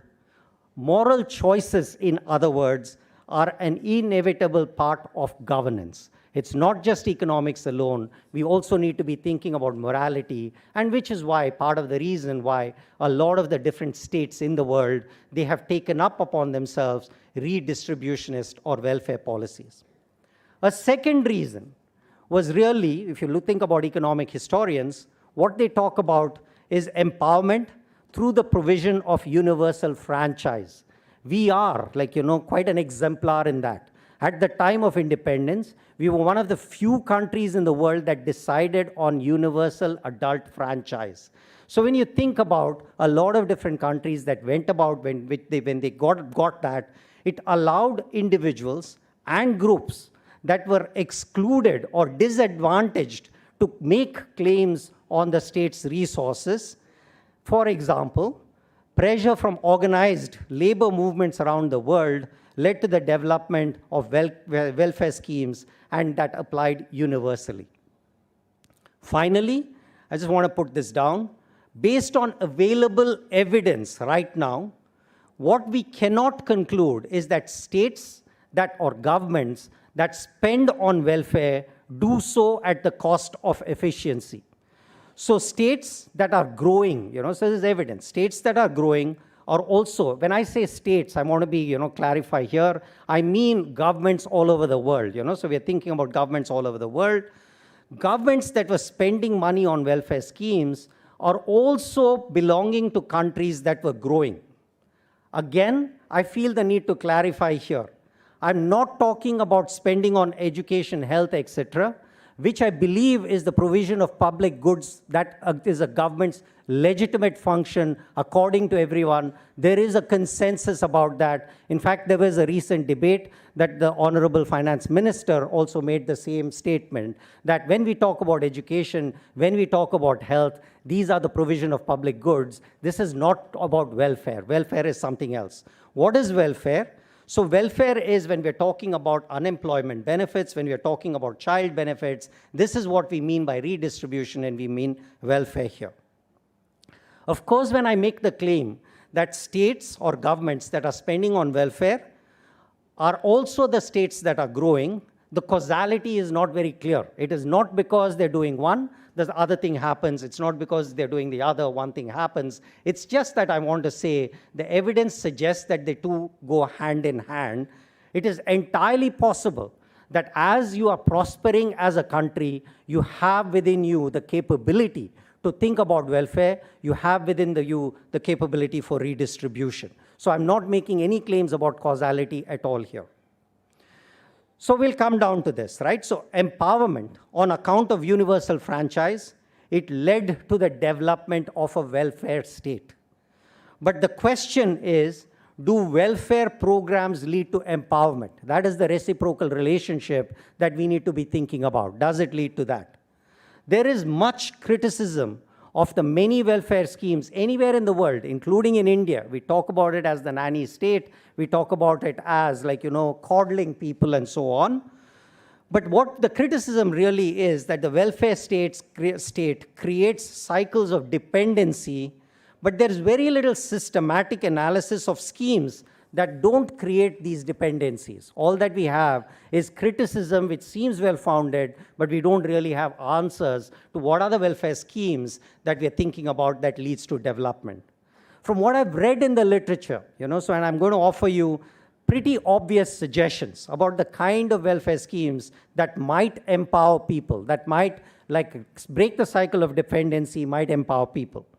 What are these? Schemes that are programmatic, schemes that are universal, schemes that are very light touch, and that are easily understood by their intended beneficiaries are the schemes that people suggest might work towards the empowerment of people. Besides that, I know of limited kind of evidence, and I need to be very, very, very clear that the evidence is very limited to small-scale studies that have been done in in India, in Kenya, in different parts of the world, where they talk about the empowering effects of direct cash transfers to poor households. So there is a lot of commentary that is written about it. The empirical research on that is fairly limited. So India is well placed in this regard because you saw the speed with which, the remarkable speed with which transfers were made to vulnerable people during COVID in April 2020 and going forward. So India is well placed to do that. However, I need to be cautious that the evidence here is based on a very, very limited data set that is out there. But this is one redistribution policy that appears to have some degree of a power to empower people. Let me sum up here. I spoke a lot about why economists of a particular kind, they warn governments against the welfare state. I spoke a little less about why, despite these warnings, governments across the world, and we saw examples here also, governments across the world adopted the welfare state. I spoke a lot less about welfare schemes that can empower. In fact, I gave you just one example of a possible welfare scheme that can empower people. So I will stop here, and make just one point, that ultimately, whether a society chooses to provide opportunities to the poor, to the vulnerable, is a moral choice. It's not an economic one, it is a moral choice. But what I will leave you with this final word, there is a prescient book, Why Nations Fail, by Acemoglu and Robinson, published in 2012, where they made the claim that there is a natural ceiling on economic growth for countries that don't attempt to grow for all. In fact, in 2012, they made a prediction about the ceiling that China as a country is going to achieve. So while I say that this is a moral claim, there might even be an economic basis to why we need to be thinking about, when we are talking about growth, we're talking about growth for all. Thank you very much.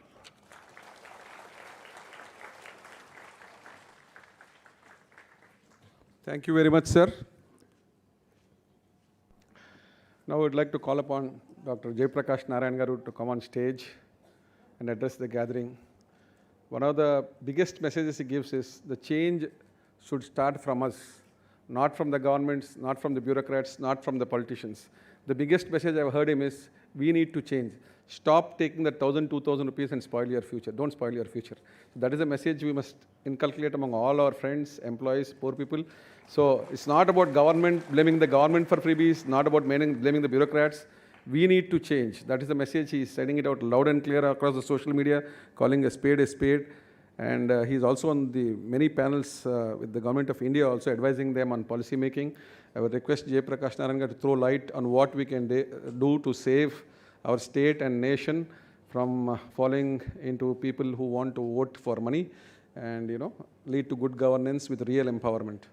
Dr. Jayaprakash Narayan.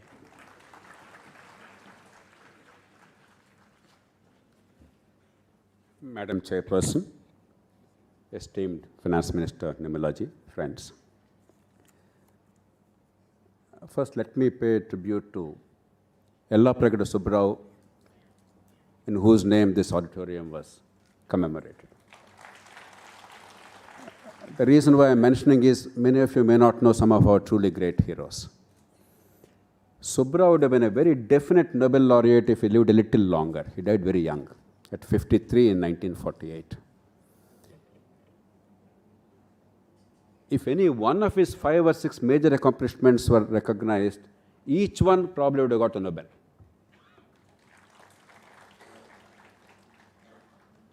Students of biology and medicine would understand the understanding of ATP itself, its role in the muscle. Phosphocreatine, another very vital energy source in muscle. Methotrexate, even now a very vital drug for many long-standing problems of variety of kinds. Hetrazon, diethyl carbamazine, which has ended the scourge of Bodakalu, మీలో చాలామంది తెలిసి ఉంటుంది, filariasis in Godavari districts. Folic acid synthesis. Remarkable work he had done. The world and India were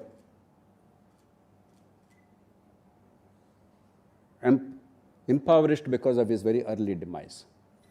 I am delighted that institutions like this, Geetam, Bharat and your team, we must really congratulate you that you remember such truly great people. They may not be very well known across the world, but I am delighted that you give this name.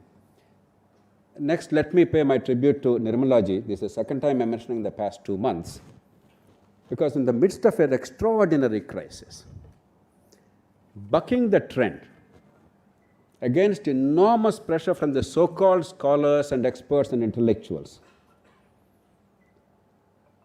The union government and the finance minister have done a remarkable job in the fiscal management of a country of India's complexity and magnitude. If you did not do that, if you imitated the countries that went in a certain path, we simply would not have had the growth dividend today. If today Naresh is able to say we are one of the fastest growing economies and the fastest growing among large economies, if we are now genuinely contemplating a 7 or 7% plus growth rate for the next 20 or 30 years, if we do a few things right, it's because in a critical moment, when you could easily have taken the easy path, the soft path, and driven us to penury, indebtedness, and therefore no capacity of growth, you gave us a chance. At the same time, you took care of the people. You took care of the poor. 800 million people. 800 million people, the world's largest such program. If NTR were alive, he would be delighted. ఆయన ఎప్పుడు అనేవారు, కాలే కడుపుకు అన్నం పెట్టకపోతే బతుకెందుకండి అని చెప్పారు. 800 million people were given free food, and as a result, as the IMF has recognized, while poverty still remains, we all recognize it, there is tremendous poverty and deprivation on account of poverty. Extreme poverty has ended in this country. It's a remarkable accomplishment. Nirmala ji, thank you for the growth impetus you and the Prime Minister are giving, for balancing both manufacturing and services, welfare and growth, union and states. And I say it from the bottom of my heart, you know pretty well, I am not given to idle talk because you happen to be Finance Minister of India or somebody is the Prime Minister of India. Because after all, I am a citizen. A citizen, I believe, is a much higher pedestal than the Prime Minister and the President.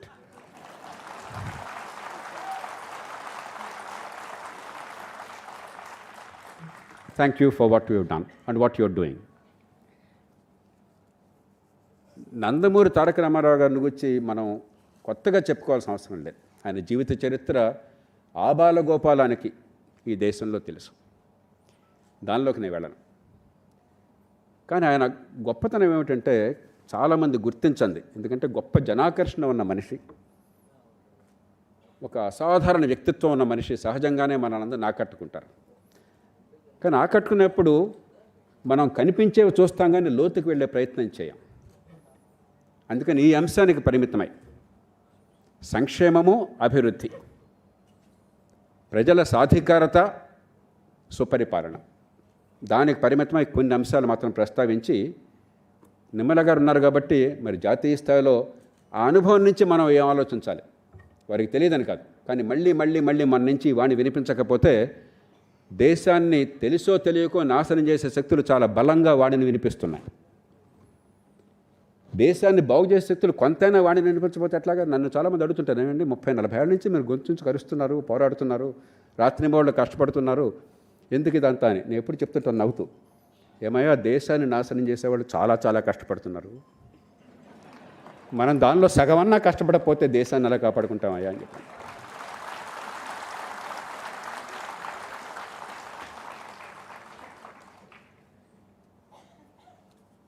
సాధికారత మనందరికీ తెలుసు. భారతదేశంలో రాజకీయంలో, పరిపాలనలో సామాన్య మానవుడికి,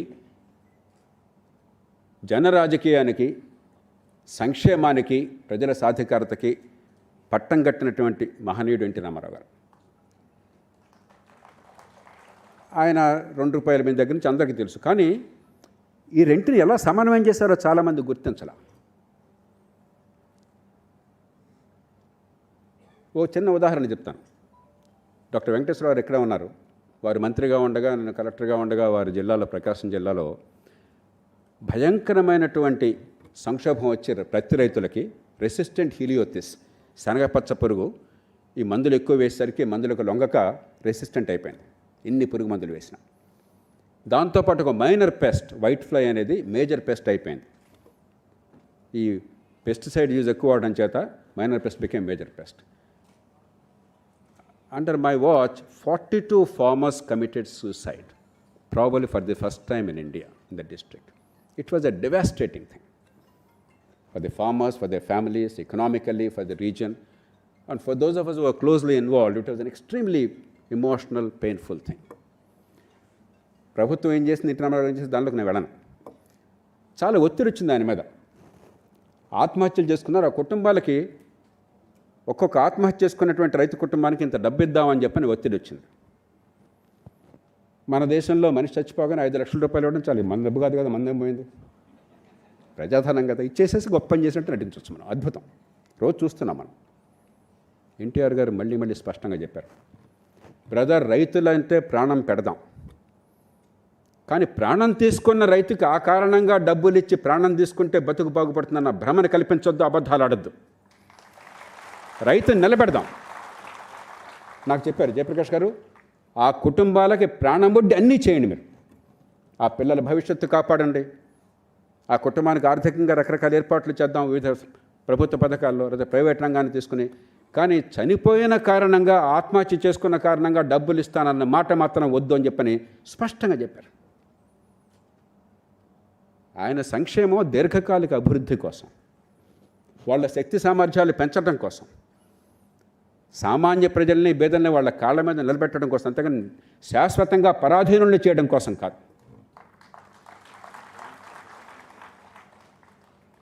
మరో ఉదాహరణ నాకు బాగా గుర్తున్నది. ఇందాక ఒక ప్రస్తావన వచ్చింది, తెలుగు గ్రామీణ క్రాంతి పథం అని చెప్పాను. నేను ఈ జిల్లాలో జాయింట్ కలెక్టర్గా ఉన్నాను క్రాంతి పథం పథకాన్ని ప్రారంభించినప్పుడు. కలెక్టర్ల సమావేశానికి నేను కూడా వెళ్ళాను. ఆ రోజుల్లో ఏంటంటే జిల్లా కలెక్టర్తో పాటు జాయింట్ కలెక్టర్, ఎందుకంటే కాబోయే కలెక్టర్ కాబట్టి పిలుస్తారు. ఈ విషయం చర్చకు వచ్చింది. చాలామంది ఉన్నతాధికారులు, మొట్టమొదటిసారిగా బహిరంగంగా చెప్తున్నాను నేను, చాలామంది నిజాయితీపరులైన ఉన్నతాధికారులు, ఏ రకంగా మచ్చలేని వాళ్ళు కూడా, ఏమిటి వెర్రి పథకం, ప్రజలు నిర్ణయించడం ఏంటి, ప్రజలు ఒక పథకాన్ని తయారు చేసుకోవటం ఏంటి, ఏం కావాలంటే అది, అక్కడున్న స్థానిక అవసరాలను బట్టి వాళ్ళు నిర్ణయం చేస్తే మనం డబ్బులు ఇవ్వటం ఏంటి, ఇది జరిగే పనేనా అని చెప్పిన అధికారుల దగ్గరికి వచ్చి, ఏమయ్యా పెద్ద నీకు చెప్పండి, ఇది వెర్రి ఆలోచన, మూర్ఖపు ఆలోచన, ఇదేం ఆలోచన అన్నమాట నాకు నాకు నాకు నా చెబుతూనే విన్నాను. నేను నిర్ఘాంతపోయాను. ఎందుకంటే నేను గ్రామాల్లో పెరిగినవాడిని. స్థానికంగా ఉన్న నాయకత్వం, స్థానికంగా ఉన్న ప్రజలు పట్టించుకుని తమ జీవితాన్ని ఎంత అద్భుతంగా బాగు చేసుకుంటారో నాకు తెలుసు. అక్కడున్న వెంకటేశ్వరరావు గారు మా గ్రామంలోనే మా స్కూల్లో చదువుకున్నారు, గొడవరి గ్రామంలో. ఆనాటి నాయకత్వం ఎంత అద్భుతమైన రీతిన మా అందరికీ మార్గాన్ని చూపెట్టిందో, మా బతుకులకి ఒక స్పష్టతనిచ్చిందో నాకు ఇప్పటికీ గుర్తున్నది. మా ఊళ్ళో స్కూల్ ఏర్పాటు కావాలంటే ప్రతి రైతు ఆ రోజుల్లో ఎకరాకి 25 రూపాయలు సొంతంగా డబ్బులు పెట్టారు. ఎకరాకి 25 రూపాయలు ఆ రోజుల్లో అంటే 2 బస్తాల ధాన్యం ఖరీదు. అంటే ఈవేళ దాదాపు 5,000 రూపాయలు. మీరు ఊహించండి, ఎకరాకి 5,000 రూపాయలకి సమానమైన డబ్బుని ప్రతి రైతు పెట్టుకుని స్కూల్లో బిల్డింగ్ కట్టుకున్నారు ఊళ్ళో. ఆ నేపథ్యం నుంచి వచ్చినవాడిని. నాకేమో క్రాంతి పథం అంటే అద్భుతంగా కనిపించింది. మీకు మీ ఊళ్ళో, మీ ప్రాంతంలో ఏ అవసరం మీరు నిర్ణయించుకోండి, మీరు ముందుకొచ్చి సగం పెట్టుకోండి, సగం ప్రభుత్వం ఇస్తుంది, ఇది మీ పథకం, మీరు సొంతదారులు అన్నది నాకు చాలా అద్భుతంగా అనిపించింది. కానీ అధికార యంత్రాంగం చాలా తీవ్రంగా వ్యతిరేకించింది. నిజాయితీ పనులు, నేను అవినీతి పనుల గురించి మాట్లాడలా, నిజాయితీ పనులైన అధికారులు, పేర్లు చెప్పను, వారిని కించపరచడం నా ఉద్దేశం కాదు. అప్పుడు నేను ప్రకాశం జిల్లాకు వెళ్ళాను. ఇక్కడి నుంచి ప్రకాశం జిల్లాకు వెళ్ళాను. ఆ జిల్లా చుట్టూ చూస్తే నాకు కనిపించింది, ఒక రోజున మార్కాపూర్ ప్రాంతానికి నేను పర్యటన కోసం వెళ్తుంటే దారిలో మండు టెండ. నేను జూన్ 15 వెళ్ళాను, ఇది జూలై మాసంలో. ఈ రోజుల్లో వర్షాలు బాగా పడుతున్నాయి, ఆ రోజుల్లో వర్షపాతం ఉండేది కాదు, వర్షాభావం మీకు గుర్తుండే ఉంటుంది చాలామంది. ప్రతి సంవత్సరం మనకు అలవాటు వర్షాభావము, కరువు పరిస్థితులు, దుర్భిక్షము. జాతీయ స్థాయి నుంచి ఒక కేంద్ర కమిటీ, కేంద్రం అన్న మాట నాకు ఇష్టం ఉండదు కానీ ఊతపదంగా వాడుతున్నాను. యూనియన్ ప్రభుత్వం నుంచి ఒక కమిటీ, పరిశీలక బృందం, వాళ్ళందరినీ మనం మచ్చిక చేసుకోవటం, అయ్యా బాబు అని చెప్పని వాళ్ళకి చీరలో మరొకటి ఇచ్చి ప్రసన్నం చేసుకోవటం, వాళ్ళు మంచి రిపోర్ట్ ఇస్తారేమో, రాష్ట్రానికి కాస్త డబ్బులు పంపిస్తారేమో అని చెప్పని, ఇదంతా మామూలు. ఆ పరిస్థితుల్లో నా దారిని వెళుతుంటే మండు టెండలో పైన ఆచ్ఛాదం లేకుండా కేవలం ఒక పంచగట్టుకున్నటువంటి ముసలాయన ఒక ఆయన బావిలో నీళ్లు తోడుతూ కనిపించాడు. నేను దగ్గరికి వెళ్ళి, పెద్ద ఆయన పేరేంటన్నాను. వెంకటరెడ్డి స్వామి అన్నాడు. పొలం ఎంత ఉంది అన్నాను. 7 ఎకరాలు ఉంది స్వామి అన్నాడు. అంటే మన లెక్క ప్రకారం పెద్ద రైతు కులక్. ఏం చేస్తున్నా బాబు అన్నాను. అయ్యా 2-3 సెంట్లలో కూరగాయలు వేసాను, ఇక్కడ వర్షం పడుతుందేమో అని చెప్పని. వర్షం రావట్లేదు, ఎండిపోతుంది, నాకు ఏం చేయాలో అర్థం కావట్లేదు, మనసు ఆపుకోలేక నీళ్లు తోడి పోస్తున్నాను అన్నాడు. పొలానికి నీళ్లు తోడి చేతులతో పోస్తున్నాడు. మరి సాధికారత ఎట్లాగా వాళ్ళకి? ఆనాడు నేను అనుకున్నాను, ఈ జిల్లాలో ప్రతి నీటి చుక్కని ఏదో ఒక రకంగా సద్వినియోగం చేసి ఏర్పాటు చేయకపోతే ప్రభుత్వం మనందరం అనవసరం అని చెప్పని. ఈ క్రాంతి పథం ఒక అద్భుతమైన అక్షయపాత్రలా కనిపించింది. ఎప్పుడైతే హైదరాబాద్ నుంచో ఢిల్లీ నుంచో ఏ రకమైన నిబంధనలు లేకుండా మీ ప్రజలు నిర్ణయించుకోండి, మీకేం కావాలో, నీటి వనరులు ఉంటే ఒక పరిమితి లోపల ఖర్చు లోపల సాధ్యమైతే, ఆ రోజుల్లో ఎంత 2,000-3,000 రూపాయలు ఎకరాకి, ఇవాళ నవ్వుతారు. 3 లక్షలు 5 లక్షలు ఎకరాకి ఇవాళ. ఎన్ని కోట్లు ఎంత ఎక్కడికి పోతుందో దేవుడికి ఎరుక. 2-3 వేల రూపాయలు. దానికి కూడా డబ్బులు లేవు. క్రాంతి పథం వచ్చేదాకా ఎన్టీ రామారావు గారు ప్రజల చేతుల్లో అధికారాన్ని పెడదాం, నిర్ణయం వాళ్ళు చేసుకుంటారు, దీర్ఘకాల అభివృద్ధిని వాళ్ళు చూసుకుంటారని చెప్పి అనుకునేదాకా లేదు. పర్యవసానం ఆ జిల్లాలో దాదాపు 1,25,000 ఎకరాల 1,25,000 ఎకరాల ఎత్తిపోతల పథకాలు కేవలం ఎకరాకు 3,000 రూపాయల ఖర్చుతో దాదాపు 30-40 వేల రూపాయలు ఎకరాలు భూగర్భ జలాన్ని తీసుకోవడం బోర్వెల్స్ ద్వారా. ప్రభుత్వం పెట్టే ఖర్చులో సగం ఖర్చు కూడా కాలేదు. ఇరిగేషన్ డెవలప్మెంట్ కార్పొరేషన్ వారు 10,000 రూపాయలతో ఆ రోజుల్లో ఎకరాకి చేసేవాళ్ళు. 10,000 రూపాయలు చాలా ఎక్కువ డబ్బు. ప్రకాశం జిల్లాలో 2,000 రూపాయలతో అయింది. ఆ 2,000లో 1,000 రూపాయలే ప్రభుత్వం పెట్టుకుంది, మిగతా 1,000 రూపాయలు బ్యాంకులోనూ. మీరు మళ్ళీ బ్యాంకింగ్ కాబట్టి భయపడతారు, బ్యాంకులకు ఎగ్గొట్టారు అని. ప్రతి రూపాయి అనా పైసలతో సహా 7 ఏళ్ళు కాలం ఉన్నా 3 ఏళ్లలో తిరిగి చెల్లించారు రైతులంతా కూడా. 1 రూపాయి బకాయిలు. అక్కడ ప్రభుత్వం ఐడీసీ వారి పథకాలు ప్రతి సంవత్సరానికి 430 రూపాయలు ఇచ్చేది ఎకరాకి నిర్వహణ కోసం. ఇక్కడ నిర్వహణ అంతా కూడా రైతులు చూసుకున్నారు. ప్రభుత్వం 1 పైసా ఖర్చు పెట్టల. బోర్వెల్కి అక్కడ ఐడీసీ వారు 75,000 ఖర్చు పెడితే ఇక్కడ 37,000 రూపాయలు. దానిలో ప్రభుత్వం ఇచ్చింది 18,500 రూపాయలు. మళ్ళీ దానిలో నిర్వహణ కోసం 460 రూపాయలు ఎకరాకి ప్రతి సంవత్సరం ఇస్తుంటే ప్రభుత్వం ఇక్కడ పైసా లేదు. ప్రభుత్వం నిర్మించిన బోర్వెల్స్ అన్నీ కూడా నీళ్లున్నాయి కానీ కరెంట్ లేక వెలవెలబోతున్నాయి. నేనే అక్కడెక్కడ చాలా నానాతంటాలు కూడా 1 కోటి రూపాయలు దానికోసం కట్టి కొన్నిటికి ఏర్పాటు చేశాను. ఈ పథకం కింద వచ్చిన బోర్వెల్స్ 1 బోర్వెల్ కూడా విద్యుత్ లేకుండా ఆగలేదు. అంటే ప్రజల సాధికారతకి తాత్కాలికమైన ఇచ్చిన దానికి తేడా ఎక్కడో అక్కర్లా. సజీవమైన ఉదాహరణ. 1,00,000 కుటుంబాలు శాశ్వతంగా పేదరికం నుంచి బయటపడ్డాయి.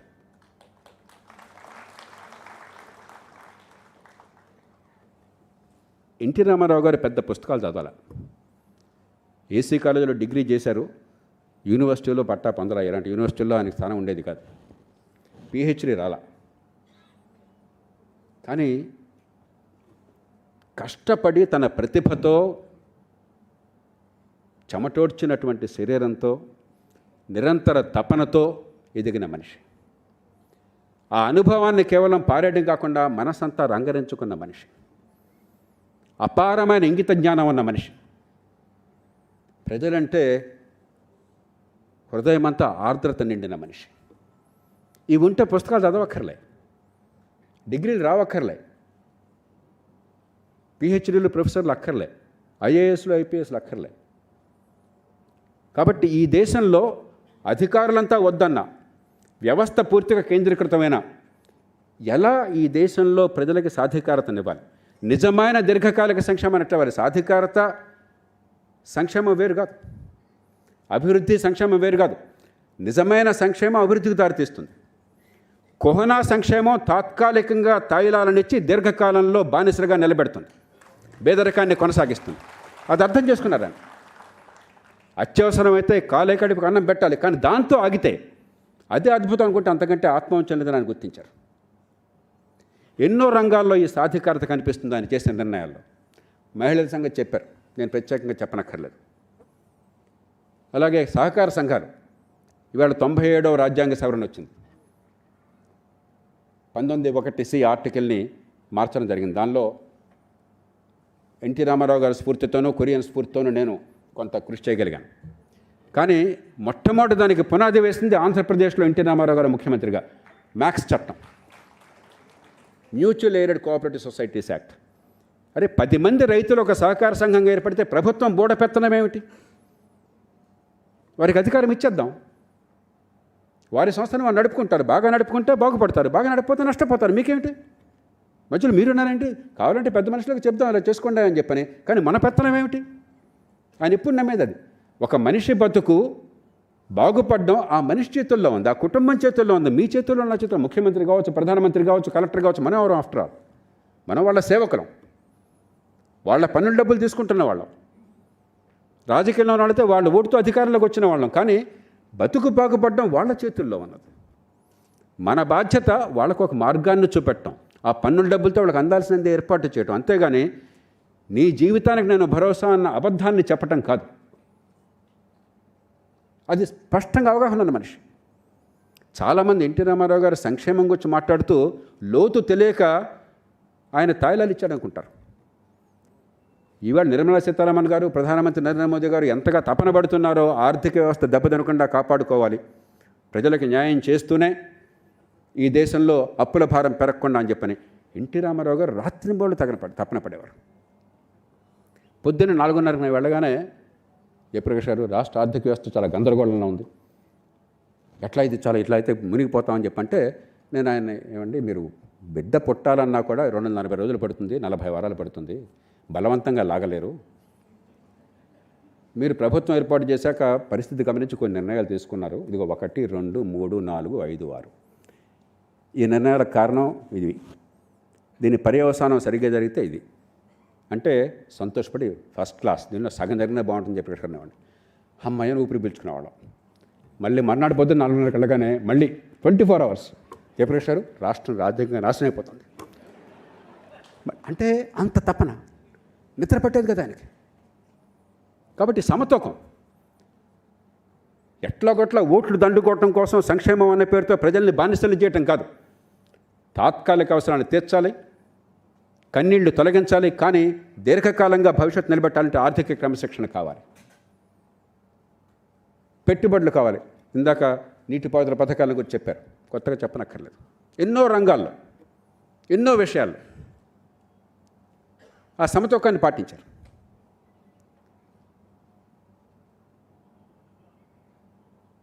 మదన్ గారు చెప్పారు ఇందాక, రాజ్యం ఏం చేయాలని చెప్పాను.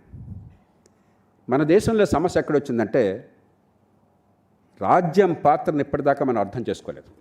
రాజ్యం అంటే రాచరికం అనుకుంటున్నాం, రాజ్యం అంటే పెత్తందారీ స్వభావం అనుకుంటున్నాం, రాజ్యం అంటే నిజాం ఫర్మాన్లు అనుకుంటున్నాం.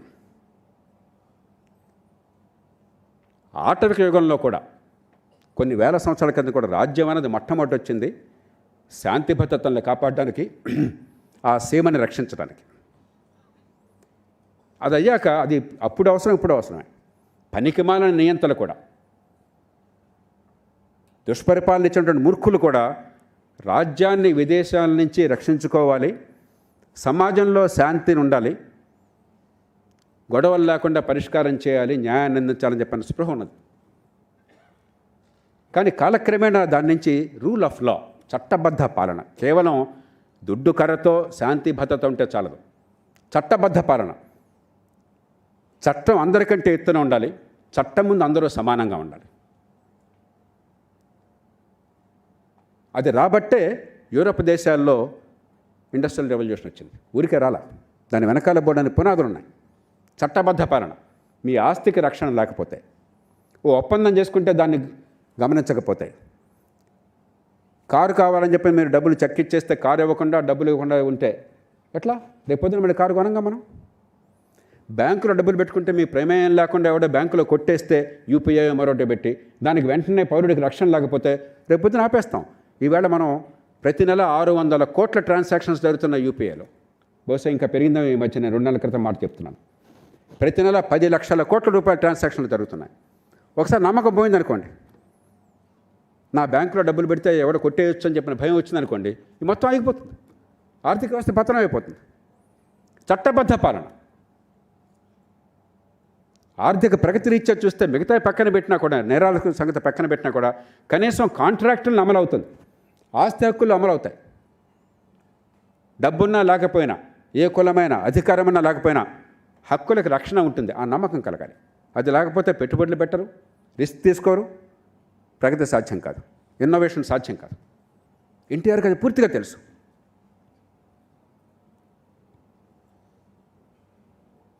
ఇక అశోకుడి కాలం నుంచి, అశోకుని ఏమంటాం మనం? అశోక ద గ్రేట్ అంటాం. చిన్నప్పుడు మీలో కొంతమందికి తెలుగులో చదివిన వాళ్ళకి నాలాగా గుర్తుంటుంది. అశోకుడు ఏం చేశాడు? చెట్లు నాటించెను, బాటలు వేయించెను, సత్రములు కట్టించెను. గుర్తుందా? చెట్లు నాటించెను, బాటలు వేయించెను, సత్రములు కట్టించెను. అందుకు అశోక గ్రేట్ అయ్యాడు. ఎందుకని? 2300 సంవత్సరాల క్రితం రాజ్యం వీరభోజ్యంగా ఉన్న కాలంలో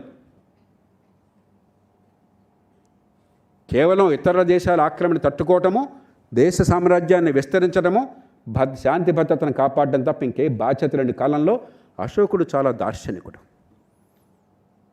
ఇది ఒక పవిత్రమైన బాధ్యత, రాజ్యాధికారం. ప్రజల పన్నుల డబ్బుతో ప్రజలకు కావాల్సిన ఉమ్మడి సదుపాయాలు కల్పించాలి, లేకపోతే రాజ్యం ఎందుకన్న విషయాన్ని అర్థం చేసుకున్నాడు ఆయన.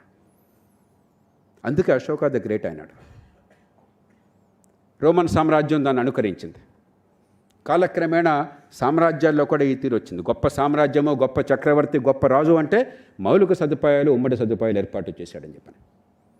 అది రాజ్యం పాత్ర. మనకేముంది ఇవాళ? వర్షం లేదని రోజు అల్లాడే సమాజంలో ఈ మధ్య బాగా వర్షాలు పడ్డాం. ఎంత వర్షాలు పడ్డాయండి మీకు అంతా కలిపితే? ఎంత పడ్డాయి? 1100 మిల్లీమీటర్లు, 1200 మిల్లీమీటర్లు. ఒక్కరోజు 20 మిల్లీమీటర్లు వర్షం కురిస్తే దెబ్బలాడిపోతున్నాం మనం. ఎందుకని? వాన కురిస్తే వరదలైపోతున్నాయి. మన పరిపాలన నిర్వాహకం అని చెప్పని. స్టామ్ వాటర్ డ్రైనేజ్ లేదు. పొలాల్లో వర్షం కురిస్తే ఒక్కరోజు 100 మిల్లీమీటర్లు, 200 మిల్లీమీటర్లు వర్షం కురిస్తే లక్షల ఎకరాలంతా నాశనం అయిపోయినాయి. ఒకరోజు పత్రికలో నీళ్లు లేక పంటలు మాడిపోతున్నాయి, మర్నాడు పత్రికలో వర్షం వచ్చి వరదల్లో పంటలు మునిగిపోతున్నాయి. ఏమయ్యా?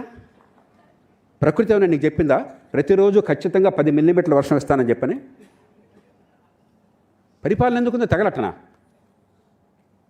అసాధారణంగా 1000 మిల్లీమీటర్ల వర్షపాతం ఒకరోజు వస్తే అప్పుడు ఆలోచిద్దాం. మన అలాంటిది కాదే. సహజ వనరులు కాపాడుకోవటం ప్రభుత్వం బాధ్యత. మౌలిక సదుపాయాలు కల్పించడం. వర్షం వస్తే వరద నీరు పోవాలి. వర్షం లేకపోతే భూగర్భజలాన్ని మనం పెంచుకుని వాళ్ళు ఉపయోగించుకోగలగాలి. లేకపోతే ఈ సర్ఫేస్ వాటర్ని ఉపయోగించి డ్యాములు కట్టుకుని రక్షించుకోవాలి, కాపాడుకోవాలి, నీటి సద్వినియోగం చేసుకోవాలి. వర్షం వస్తే ఒక బాధ, లేకపోతే మరో బాధ. 2 పత్రికల్లో పతాక శీర్షికలు. దీనికి ఒక కమిటీ, దానికి ఒక కమిటీ, దీనికి ఒక బృందం, దానికి ఒక బృందం. ఏం డ్రామా ఇది? ఎందుకని?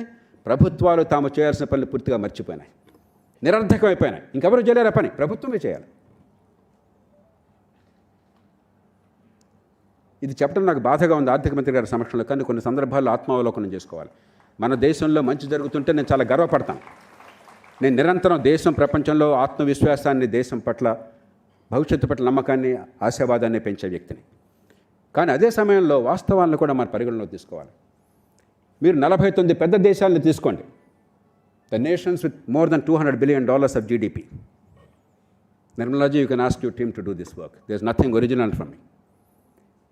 You take all the key indicators of infrastructure and education and healthcare, including justice system, the pendency of cases per unit population, the time it's taking to enforce, take all this. On every single indicator, India stands out of these 49 countries in the bottom 5. I'm saying it with pain. We don't have to be that. You know the countries that are giving company to us? Pakistan, Bangladesh, Nigeria. I don't understand why we are fighting with Pakistan at all. We are truly blood brothers. Our misgovernance is universal. Pakistan, Bangladesh, Nigeria. The 5th country kept varying, depending on the indicator. But these 4 countries have been always there among the bottom 5 in every single indicator. Is that what India can aspire to be? Why? డబ్బులు లేకపోవటం కాదు, ఉన్న డబ్బంతా తగలేయటం. తాత్కాలికమైన తాయిలాలు కానీ, వృధా ఖర్చు కానీ. దట్ ఈజ్ నాట్ సంక్షేమం. దాన్ని సంక్షేమం అంటే అంతకంటే అబద్ధ మాట ఇంకోట్లేదు. మంచి విద్య అందించకుండా విద్యకు డబ్బులు బోడంత ఖర్చు పెడుతున్నాం. ఆంధ్రప్రదేశ్లో సగటున, మీలో చాలామంది తెలియకపోవచ్చు, మీరు విద్యా సంస్థలో ఉన్నారు, ఆంధ్రప్రదేశ్లో సగటున పాఠశాల విద్యార్థులకి గవర్నమెంట్ స్కూళ్ళల్లో ఏడాదికి 91,000 రూపాయలు ఖర్చు అవుతుంది. మీకు తెలుసా? పాఠశాల విద్య మీద ప్రభుత్వం పెట్టే ఖర్చు ఎంతమంది పాఠశాల విద్యార్థులు ఉన్నారు? నేను గొప్ప విషయం చెప్పలా, దిస్ డివైడెడ్ బై దట్ అంతే.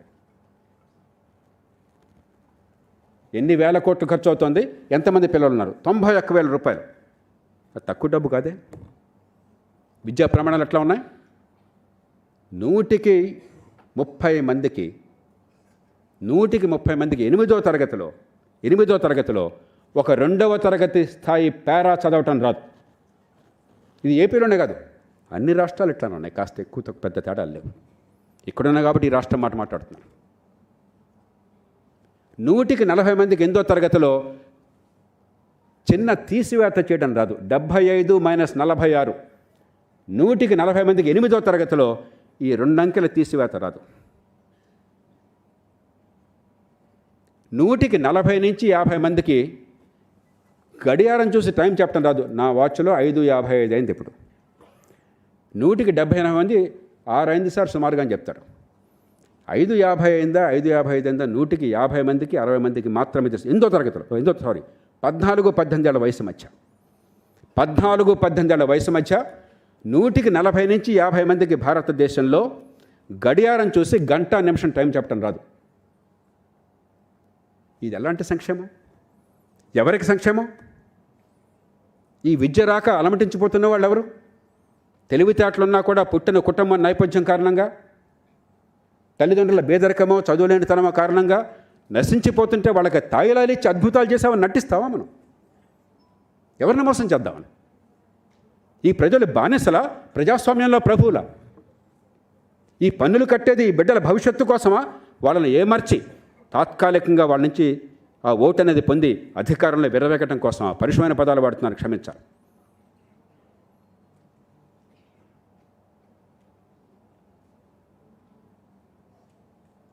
ఈ మౌలిక సదుపాయాలు అయ్యాక మంచి ప్రమాణాల విద్య, మంచి ఆరోగ్యం. ఏడాదికి 5,40,00,000 మంది 5,40,00,000 మంది ఏడాది కంటే రోజుకు సుమారుగా 1,00,000 మంది. సంవత్సరం మొదట బేదలు కాని వాళ్ళు సంవత్సరాంతానికి అనారోగ్య కారణంగా బేదలవుతున్నారు భారతదేశంలో. డిసెంట్ ఇంటూ పావర్టీ అంటారు. Poverty line is not a static line. While the numbers remain రఫ్లీ the same with continuous improvement, a lot of people get into poverty and out of poverty. There is a dynamic process at work. 54 million people, 5,40,00,000 people in a year are descending into poverty every year in India because of lack of healthcare access. We can easily set it right at a low cost if you utilize our advantages. The governments that do not do this, or the parties that do not offer these, they are all too ready to offer all kinds of short-term freebies at the cost of long-term good. Because there is a trade-off. You have to take care of the short-term needs. Nirmala Sitharaman ji has taken care of the short-term needs. 800 million people are fed in a time of crisis. That is welfare. But if that's all the government does, I don't think we would have invited her here. I don't think the government deserved any credit if that's all the government did. If you don't balance it with long-term growth, ability to come out of poverty, empowering the people, giving them earning capacity and therefore enhancing the incomes, creating conditions for investment and job creation, then it's no longer governance, it's a disaster. And therefore, what shall we do? This is all my fulminations as a citizen.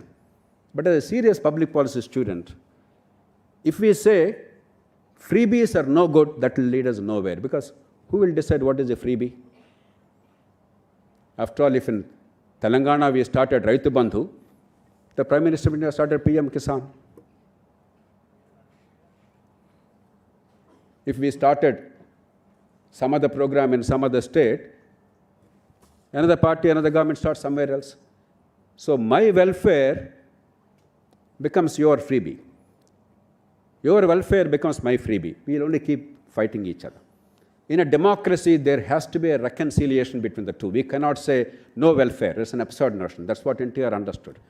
You have to take care of the immediate, but you have to take care of the long term, and you must balance them in a very judicious manner. So my appeal to you, Nirmala ji, is, and I'm now saying it very publicly and politically, if we convert the next election into welfare versus development, it will be a disaster for the country politically. Because in any country, even in rich countries, people in a democracy tend to vote for the short-term benefits because they don't believe in the long-term public good that's being promoted. If that's what happens, remember, Vajpayee ji and his government legitimately claimed significant improvement in economic management of the country. So India Shining was not a hollow slogan. But once India Shining was Aam Aadmi became the issue, I certainly did not expect that. Vajpayee government was trounced. So if we make it freebies versus growth, it will be a disaster politically for the country. I don't care which party wins, which party loses. It has to be more measured and balanced. And therefore, my appeal to you is, the only realistic thing that we can all agree upon in the whole country, across parties, across regions, union and states, is a government has a right to offer whatever they think is necessary for the people, because that is a constitutional right, that is a sovereign right. You are elected to manage the public money. That is what democracy is. Elected legislature decides what to do, how to spend that money. You and I cannot tell them, you do this, you don't do this. That's simply not sustainable. It will not work. But it's absolutely reasonable to say you cannot borrow to spend for today's expenditure, current expenditure. If you borrow, it must be to build assets, to build the future. Each of us is sitting here because our parents and our grandparents exercised that basic discipline. They were thrifty. మనమంతా పేద కుటుంబాల నుంచి వచ్చాం చాలామంది. అందరం కోటీశ్వరుల నుంచి రాలా, సామాన్య కుటుంబాల నుంచి వచ్చాం. తినడానికి ఉందాం కానీ అంతకంటే ఎక్కువేం లేదు. కానీ తరాలుగా వాళ్ళు ఏం చేశారు? వాళ్ళ ఆశలు, వాళ్ళ అవసరాలు చంపుకున్నారు. వాళ్ళ కోరికలు కొంచెం వాయిదా వేసుకున్నారు. మా పిల్లల భవిష్యత్తు కోసం ఏమైనా చేస్తామని నిర్ణయం చేసుకున్నారు. 100 రూపాయలు సంపాదిస్తే 10 రూపాయలు పొదుపు చేశారు. చిన్న ఆస్తితో మరొకటి కొనుక్కున్నారు. ఇంటి నెంబర్ ఎక్కడి నుంచి వచ్చారు? ఆయన తండ్రి గారికి ఉన్న పొలం అంతా కూడా 1929 డిప్రెషన్ పుణ్యమా అని చెప్పని మొత్తం పోయింది. అప్పుడు 2,000 రూపాయలు తెచ్చాలంటే 7,000 ఎకరాలు అమ్ముకున్నట్టు ఆయన చెప్పారు నాకు. ఎట్లా వచ్చారు? అంత కష్టంలో ఉన్నా కూడా తమ శ్రమని, తమ శక్తిని నమ్ముకుని 100 రూపాయలు సంపాదిస్తే 10 రూపాయలు ఆదా చేసుకుని పొదుపు చేసి రేపటి నుంచి ఆలోచించి అవసరమైతే అవసరాలను చంపుకుని దుబారా ఖర్చు పెట్టకుండా, అప్పు చేసి పప్పు కూడా చేయకుండా ఆయన ఎదిగారు. మనందరి కుటుంబాలు ఏదో ఒక రీతిన అదే రకంగా వచ్చినాయి. భారతీయ సాంప్రదాయం అది. హిందువులు కానీ, ముసల్మాన్లు కానీ, ఈ కులం కానీ, ఆ కులం కానీ, ఉత్తరాది కానీ, దక్షిణ, అందరం కూడా పిల్లల కోసం బతుకుతాం. భారతదేశం అందరికీ సామాన్య లక్షణం ఉందంటే పిల్లల కోసం తల్లిదండ్రులు చావడానికైనా సిద్ధపడతారు. గుండెల్లో దాచుకుంటారు, ఎన్నో త్యాగాలు చేస్తారు. అలాంటిది మనం ఎన్నుకున్న ప్రభుత్వానికి మన బిడ్డల భవిష్యత్తును నాశనం చేసి వాళ్ళ మీద అప్పుల భారాన్ని పెట్టి ఈవేళ అప్పు చేసి పప్పు కూడా తినే హక్కు ఎక్కడున్నది? It is a perfectly reasonable argument, socially and politically. Therefore, bring back revenue deficit concept, which was unwisely taken out from the FRBM framework. And you only have one rule for the union or the states. There will be a time for transition because Government of India has a structural deficit.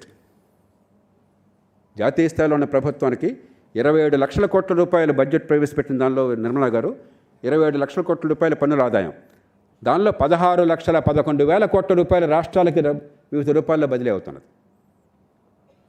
అయితే finance commission లేకపోతే కేంద్ర ప్రతిపత్తి పథకాలు 9,43,000 కోట్ల రూపాయలు అప్పుల మీద వడ్డీలు చెల్లిస్తున్నారు. Without giving a salary to one single person, 95% of the Government of India revenue is going away on these two heads. So Delhi's structural deficit cannot be overcome overnight. Let's have some time, a time frame, union or states. But there shall be no revenue deficit. That means you cannot borrow to maintain the current expenditure. The borrowed money shall only go towards building assets for the future. And for that, you create an independent body. Maybe the Finance Commission can be made permanent. Maybe a Office of Budget Responsibility can be created in the Finance Commission. Instead of the government, the political government deciding which state has violated the norms, if such an independent constitutional body decides, you will be away from politics. Because then, otherwise, మా కేసీఆర్ గారు ఒప్పుకుంటారా మీరేం చేసినా? Whatever you say, it's a political. Andhra Pradesh government will say, we want to give to the people, poor people, free. And government of India, Narendra Modi is stopping it. There is no end to this.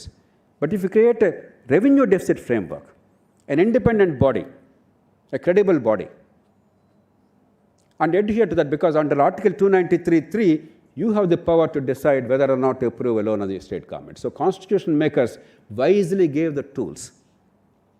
Please do not make it an issue of freebies versus growth. You have to make it an issue of revenue deficit being nil, and borrowed money cannot be used for current expenditure. If you do that, within 3-4 years, we will see fiscal health in the country. We will have enough money to be able to fund the welfare programs, but enough money to invest for the future. One last word. For those of you who may not look at numbers, 7% అభివృద్ధికి 8% అభివృద్ధికి తేడా అంత తెలుసా? 10 ఏళ్ల కాలంలో 7%కి 8% మధ్య తేడా $600 billion GDP.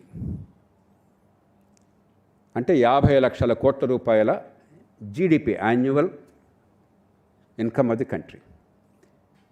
18 to 20% goes back in taxes to union or states. Our tax GDP ratio is about 18 to 19%. అంటే 50 లక్షల కోట్లు 10 లక్షల కోట్ల రూపాయలు పన్నుల రూపంలో అదనంగా వస్తుంది ప్రతి సంవత్సరం. ఈవేళ తాత్కాలిక తాయిలాలు ఇస్తున్నామని చెప్పని ఈ గ్రోత్ను చంపుకుంటే రేపొద్దున వచ్చే ఇన్కమ్ ఆగిపోతుంది. ఇన్కమ్ ఆగిపోతే నష్టపోయేదెవరో మళ్ళీ బెదరు. 10 లక్షల కోట్లు అదనంగా ఇన్కమ్ వస్తాయి. Imagine the amount of welfare you can spread. How you can take care of the poor? One is not at the cost of the other. We have to take care of the poor, their short-term needs, but we have to promote growth for the long-term needs of the poor and the country. And we have to find a viable mechanism above petty politics, above partisanship, to be able to address both. I believe that is the enduring lesson of a great leader, a man of immense compassion, a man of common sense, a man who was a true visionary. And because he was not a voracious reader or a copious writer, we forgot the visionary part of it. I think that's the true lesson of the visionaries like NTR or Rajaji, C. Rajagopalachari, and many other great men and women of this country, right? Starting from Dadabhai Naoroji, Gopal Krishna Gokhale, and others. This is a part of Indian ethos, that we shall not burden our children with a debt that is incurred on account of current expenditure or spendthrift nature. I think we can build a framework around that. Once again, I join all of you in paying my humble tribute to the late Sri NTR on the Centenary occasion. I thank you all. That was a very, very passionate speech, Jayaprakash Garu. We are very grateful to you for providing all the insights. And the most anticipated event of today's evening, the speech by the Honorable Finance Minister of India, Dr. Nirmala Sitharaman. On this occasion, I would like to mention just one small thing. Ma'am today inaugurated the Indian Institute of Foreign Trade in Kakinada. She drove down all the way from Kakinada just to be with us. And when she was the Commerce Minister of India, when she came to Visakhapatnam, we from the Andhra Chamber of Commerce requested her, when Harbabu Garu was the Member of Parliament, for Indian Institute of Foreign Trade, Indian Institute of Packaging, and Institute of Plantation Management. Within 5 minutes, she sanctioned all the 3 institutes. That is how she works. She said, I will go back to Delhi, Indian Institute of Foreign Trade, I don't have the budget this year, I'll give it to you next year. She gave it. She sent a team from Delhi. That's how she works. That's when we thought this lady can do magic. But because of the delays from the state governments, the institute came into function now. Every single representation, I can proudly tell you, you may be thinking, we are sharing this to praise her. No. Every single representation given by the Andhra Chamber of Commerce, either through Pradhaneshwari or directly to Nirmala Sitharaman, was addressed. Every single, I'm telling you, she sanctioned half a dozen institutes. She gave income tax benefits. Retrospective taxation, when we requested her to bring it back to 3 years, she reduced it from 7 years to 3 years. She is the finance minister who not only gave food to, along with the Prime Minister Narendra Modi ji, to 80 crore people, but she also gave direct benefit transfer. She also cut corporate taxes. She not only took care of the poor farmers, she took care of the middle class, she took care of the corporates, and still made the economy grow. And when 28 finance ministers from states and 8 union territories are pulling the country apart by each giving their own welfare or freebie definitions, it's a tough job to do. Being the commerce minister, she has done a wonderful job, and as a first woman defense minister, we are really proud of you, ma'am. We would like you to enlighten us on how we will steer our country to the third biggest economy in the world. I am sure the Prime Minister has full trust in you. We also want to tell we are all with you. Welcome, Nirmala Sitharaman ji.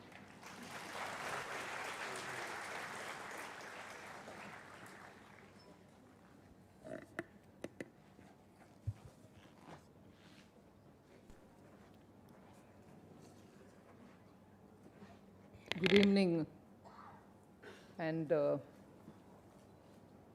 it's such an honor to be on the dais with such eminent people who've had direct working experience or who have closely watched late Shri N.T. Rama. I pay my respects, very humble respects, to a leader who would be 100 if he had lived here today, and to the family, particularly to the daughter who so much has taken it upon herself, together with her family, to pay respects to a leader who she had the fortune of being brought up and who could address him as the father. So I feel very touched that in a year-long celebration, I've been given a small role to play, and I largely speak in English. Of course, I can speak in Telugu, but not the Telugu which certainly Vrundeshwari Garu can do, or anyone else, because it's not my mother tongue. I've acquired it very much later. But I like to say one thing, and in Telugu, Naku Sri Ramudu or Sri Krishnudu. And modern day, there's nobody else who can come before you bringing that image so perfectly than Sri N.T. Ramarao garu. And in my family, we've taken it upon ourselves that ఎప్పుడు chance దొరికినా ఎవరైనా కొత్త వాళ్ళు వస్తే Indian పురాణాల గురించి తెలుసుకోవాలంటే we'll say come sit watch some movies with us and show an NT Rama Rao film. So because I think the films had a very good blend of authentic references to the Puranas. There were no fabrications. And the acting was just incomparable. We've had several language production of Ramayana, Bhagavata, or episodes from Bhagavata or Mahabharata and so on. But I would, at the risk of being criticized that you're being prejudiced, I would say, at the risk of being alleged so, I'll challenge anyone else who can give me another one example of people who have enacted the role of Sri Rama or Sri Krishna as emotionally, touchingly, and effectively as Sri N.T. Ramarao garu. So I pay my respects with that thought before me. And thank you, Vrundeshwari Garu, for giving me this opportunity to be able to pay my respects to this great artist who subsequently, like the way in which Jayaprakash Garu said, literally understood what is governance, literally wanted to effectively just set aside all those blocks which were standing in the way of good governance. And because of his personality, and because of the way he could just carry public opinion with him, was able to bring in so many different changes. And that is why I think today when we talk about good governance, you have so much to speak about the time when Sri N.T. Ramarao Garu was the Chief Minister of Andhra Pradesh. If I can just speak about the topic for a minute. I know Sri Madan wanted to describe or define what is good governance. Because I'm in the administration being led by Sri Narendra Modi, I would take examples from that and tell you what we understand as good governance. ఇక్కడ చెప్పబడిన ఉదాహరణలు చాలా తీసుకొనే అవన్నిటిని మనం prove చేయగలుగుతాం. I'll start with the udaharanam of leaky bucket, which the Dean of ISP said, which is what one of the former Prime Ministers, I'm not politicizing it, but I'm more bringing that example for what is good governance.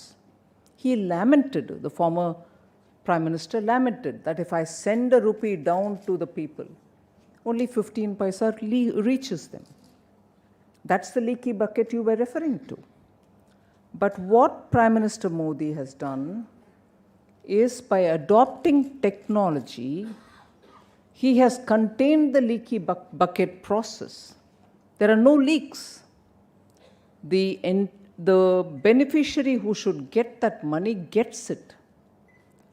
Not 15 paisa out of a rupee, but 1 rupee to every 1 rupee. And that's because the technology has come up. Technology has come as a very big instrument through which otherwise the human folly and the human temptation to, in Tamil there is a proverb which says somebody who went to get that honey from the honeycomb will not remove the honeycomb and give it to the person who wants it or to whom it belongs if the tree is in private, place. Anybody who brings that honeycomb down will also lick his fingers. That's a proverb, fairly ancient proverb. So the human tendency to be able to take something out which probably doesn't belong to him rightfully is there. You're not going to be able to bypass that.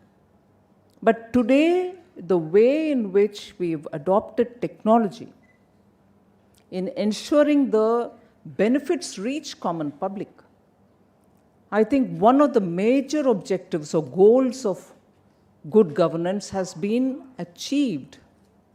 I'm not saying this is going to be foolproof. Our ingenuity will definitely have some element in which people will know to hack even this. But we'll have to take care. But at the moment, it is for sure that who should get what is going absolutely without any kind of pilferages. So good governance is about looking for instruments with which you are able to implement the objective, that you reach something out to somebody who deserves to get it, it should be reached, and no pilferages should be entertained. That's one very big element of good governance. And also, that is where this one-liner, almost a slogan, minimum government, maximum governance. And for this, there are very many ways in which people have been speaking. To paraphrase it, where there is got to be the presence of a government, there should be. And just that much which you need, not too much. And where the government should not be present, there should not even be a pretension of a presence. If that is achieved, and that's the maximum governance objective, by minimizing government where it should not be, governance actually becomes ideal. So that's good governance. You don't want excessive presence, nor should there be, what they say in Hindi, above, a shortage of presence. So that is another one of the things which very honestly Prime Minister Modi believes in and works towards that. And one of the ways in which, through another slogan, I'm not only saying they are slogans, but they are also finding way in which the government is implementing many of its programs. But I'll set the background with it. Trust is what people expect to build with any of its governments. What Sri N.T. Ramarao Garu could do was because he had a direct connect with the people. He was able to tell them, look, this is what I'm doing, whether you like it or not, I'm going to do it. But he did it for the larger good. So people understood it. And therefore they believed in that leader, the trust in that leader, that he shall not do something which will hurt me. And if you build that trust, you're able to also then carry through with some of the difficult decisions because people understand he's not doing it for himself. So that is where that slogan, Sabka Saath, got added by one. Sabka Saath, Sabka Vikas was what we started up with. Welfare, in a way, because that is Sabka Saath. I'll be with everybody. I'll give that hand-holding with everybody, to everybody. And that's the one which is giving you the assurance that the government will be with you when you need it. But at the same time, Sabka Vikas, everybody should grow. Only with growth will you now understand that I can stand on my own feet. So Sabka Saath, Sabka Vikas, it was when we started off in 2014, but gradually you see today it got added with a few more absolutely relevant elements. Sabka Saath, Sabka Vikas, Sabka Vishwas, where you have to build trust with the people.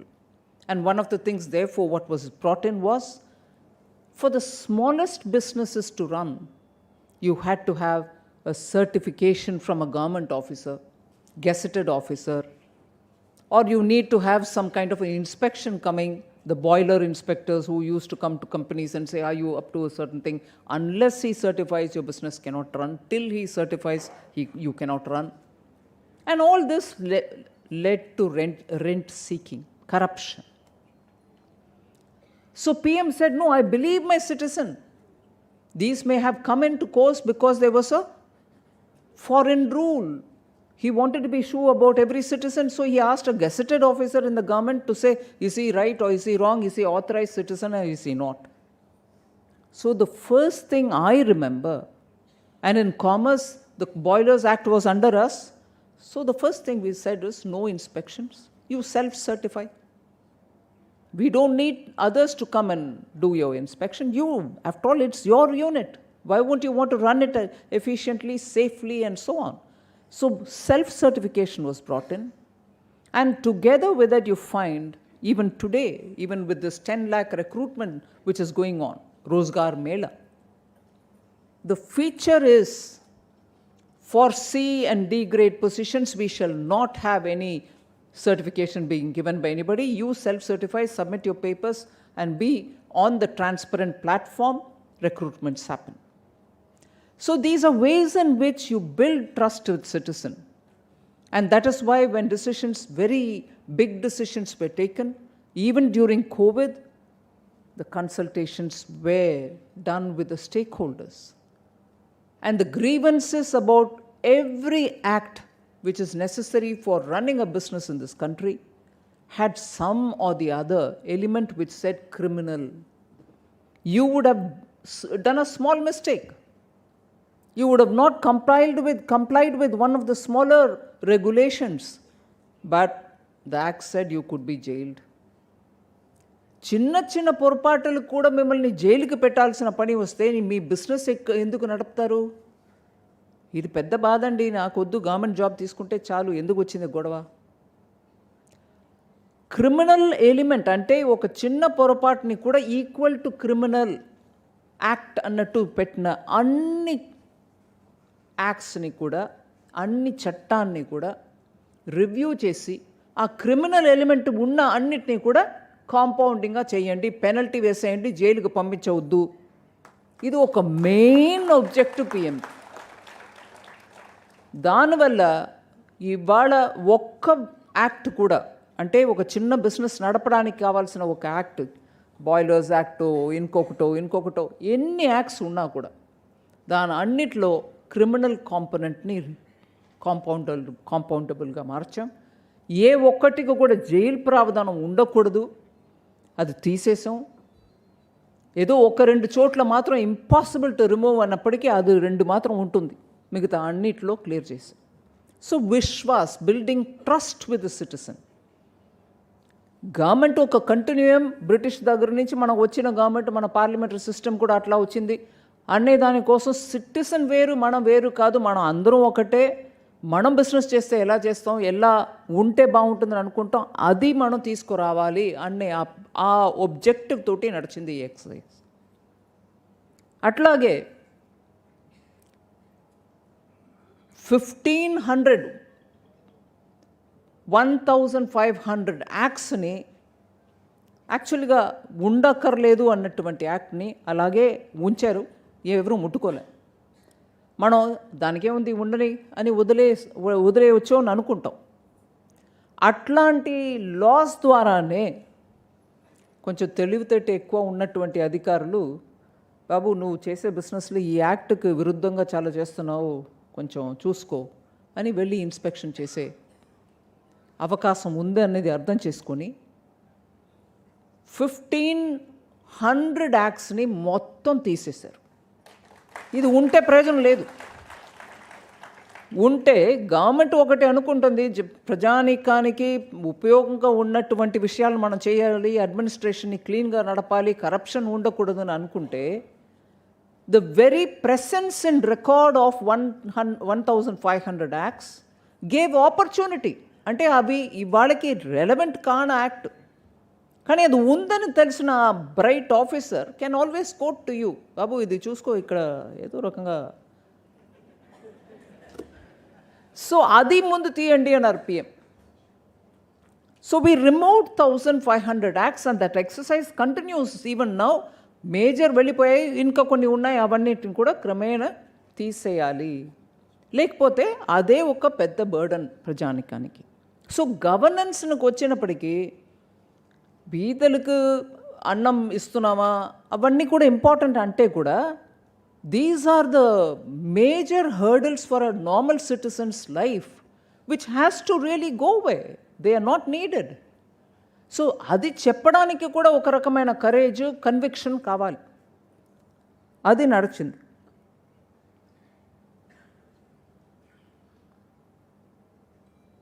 So ఈ సబ్కా సాత్, సబ్కా వికాస్, సబ్కా విశ్వాస్. ఇప్పుడు ఇంకొకటి 75 years of Indian independence, next 25 yearsలో మనం చేయాల్సిన కార్యక్రమాలు చాలా ఉన్నాయి. When you reach 100 years of independence మనం ఎలా ఉండాలని మనం ఊహించుకుంటున్నాం. ఆ డ్రీమ్స్కి తగినట్టు మనం ఇంకా ఏం చేయాలి, కానీ ఒక గవర్నమెంట్ చేయగలుగుతుందా? ఒక సెంట్రల్ గవర్నమెంట్ మాత్రం చేయాలా, స్టేట్ గవర్నమెంట్స్ని చేయాలా? స్టేట్ గవర్నమెంట్స్ చెయ్యని చెప్పడానికి ఎవరికి అధికారం ఉంది? అక్కడ కూడా ఎలక్టెడ్ గవర్నమెంట్స్ ఉన్నారు. అందుకే సబ్కా ప్రయాస్. సో ఇవాళ సబ్కా సాత్, అందరితో హెల్ప్ ఒకరికొకరు ఇస్తూ సబ్కా సబ్కా వికాస్, సబ్కా ప్రయాస్ అన్నీ కలిపి వచ్చింది.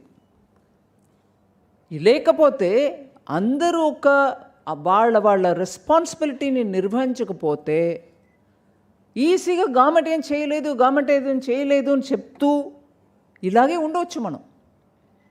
కానీ ఇవాళ ఒక అవకాశం, పెద్ద అవకాశం మన ముందు ఉంది, మనం అర్థం చేసుకుంటున్నాం.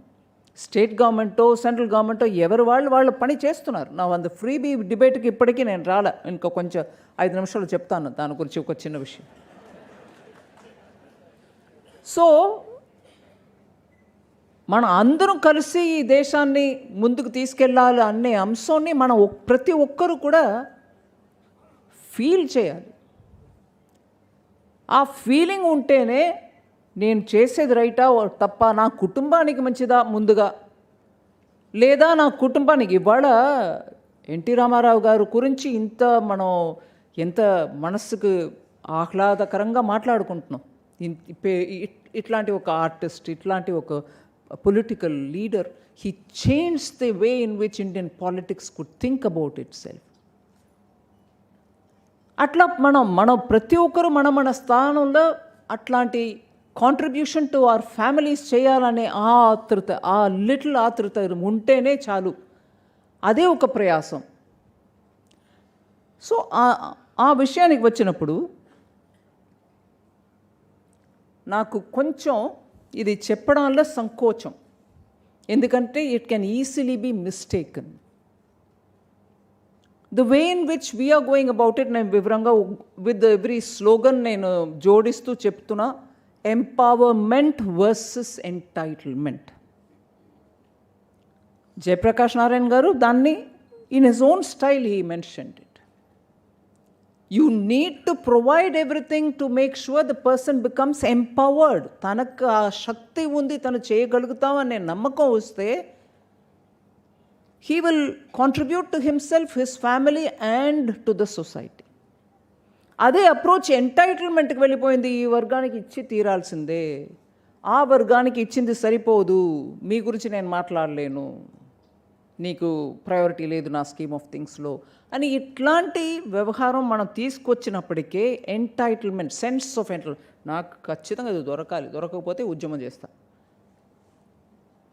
దాన్ని మనం 70 yearsగా చూస్తున్నాం ఈ దేశంలో. కానీ కోవిడ్ లాంటి టైంలో కూడా ఏ వర్గానికి ఇవ్వాలో ఇచ్చి, అదే సమయం రిఫార్మ్ని కూడా long term, keep the long term objective in your mind. ఇవాళ నేను ఏదో చేసుకొని అప్పుడు నేను ఆ విషయంలో తలుచుకోలేక ఇట్ లుక్ యాస్ దో నేనే క్లెయిమ్ చేస్తున్నాను. కానీ అప్పుడు ఉన్నటువంటి ప్రెషర్ ఏంటి? మీకేం పోయిందండి, ప్రింట్ చేయండి కరెన్సీ, డిస్ట్రిబ్యూట్ చేయండి, give money in the hands of the people, మంచి coinage. Who will say no and who will say don't give? కానీ ప్రింట్ చేయండి. కానీ అది కాదు ప్రైమ్ మినిస్టర్ విషన్. ఖచ్చితంగా హెల్ప్ చేయి, ఖచ్చితంగా ఎవరికి ఇవ్వాలో ఇవ్వు. కానీ ముందు అర్థం చేసుకో అక్కడ ఉన్నటువంటి వ్యవహారం. టార్గెటెడ్గా మనం ఒక్కొక్కరికి రిలీఫ్ ఇస్తూ పోయాం. అగైన్ నా టెక్నాలజీ, ఆ స్కీము, జయప్రకాష్ నారాయణ గారు హెల్త్ గురించి కూడా చెప్పారు, దాని గురించి చెప్తా. పేపర్లెస్, క్యాష్లెస్ ట్రీట్మెంట్ దొరకాలి ప్రతి ఒక్కరికి అనే ఆయుష్మాన్ భారత్, అది ఇంకా విస్తరణ చెయ్యాలి, అందరికీ దొరుకుతున్నట్టు చేయాలి. 2014 నుంచి ఆ జన్ధన్ యోజన, అలాగే సురక్షా బీమా యోజన, అటల్ పెన్షన్ యోజన, ఇవన్నీ చిన్న చిన్న ఇన్సూరెన్స్ ప్రోగ్రామ్. పెద్ద ఎవరూ పట్టించుకోలేదు దాని గురించి. రోజుకు ₹1 ఇస్తే చాలు నీ ప్రీమియం. ఎవరికో కోవిడ్ వస్తుందని తెలియదు.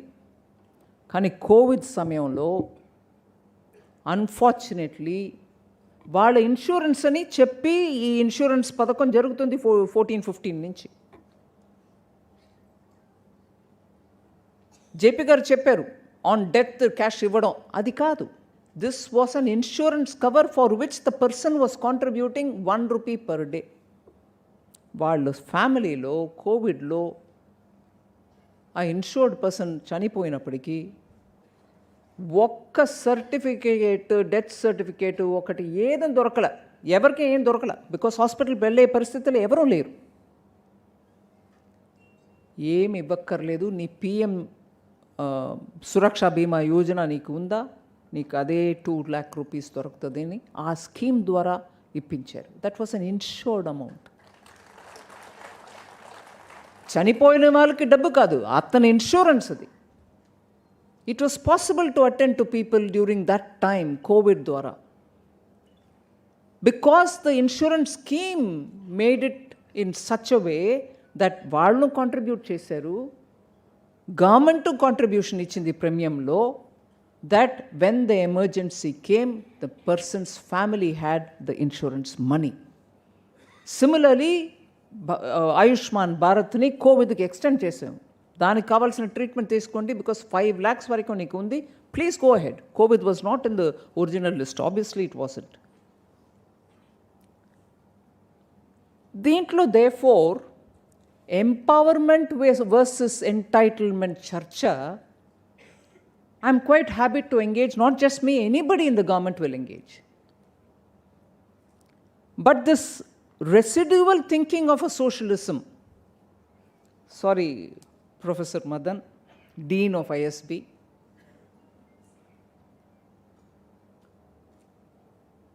I've been often criticized for this. I'll put it up in front of you. Wealth redistribution, Leda, you give them the capacity to earn for themselves. Wealth redistribution కోసం మీరు ఎక్కువ ప్రాఫిట్ సంపాదించే బిజినెస్ని ఇంకా ఎక్కువ ట్యాక్స్ చేస్తూ పోయి వాళ్ళ దగ్గర నుంచి are you going to redistribute, or are you going to give them such jobs, such skills through which you can make them earn their living? ఇవన్నీ కూడా ఇవాళ in the name of giving ability or giving more resources to the people who so deserve it, దాంట్లో ఒక one or two newer paradigms have come into the debate. It's not to reject one, or it's not to accept another, or it's not to say socialism manchidi kaadu. No, none of that. But the idea of using public money, taxpayers' money, ఎంత వరకు దేనికి ఎట్లా ఎప్పుడు ఉపయోగిస్తావు, ఎంత వరకే ఉపయోగిస్తావు, ఆ rupee కూడా నీకు ట్యాక్స్ పేయర్ ఇచ్చాడు, దాన్ని ఎలా వాడతావు అనేది ముఖ్యమైన చర్చ. సో ఈ వెల్ఫేరిజం వర్సెస్ రీడిస్ట్రిబ్యూషన్ అవన్నీ కాదు. But do you value this 1 rupee of a taxpayer's money? To what extent do you value? And to what will you entertain it? And how far will you entertain? And therefore, how much more will you earn out of taxing middle class or people who are making profits, legitimate profits? ఇది కూడా dimensions in this debate.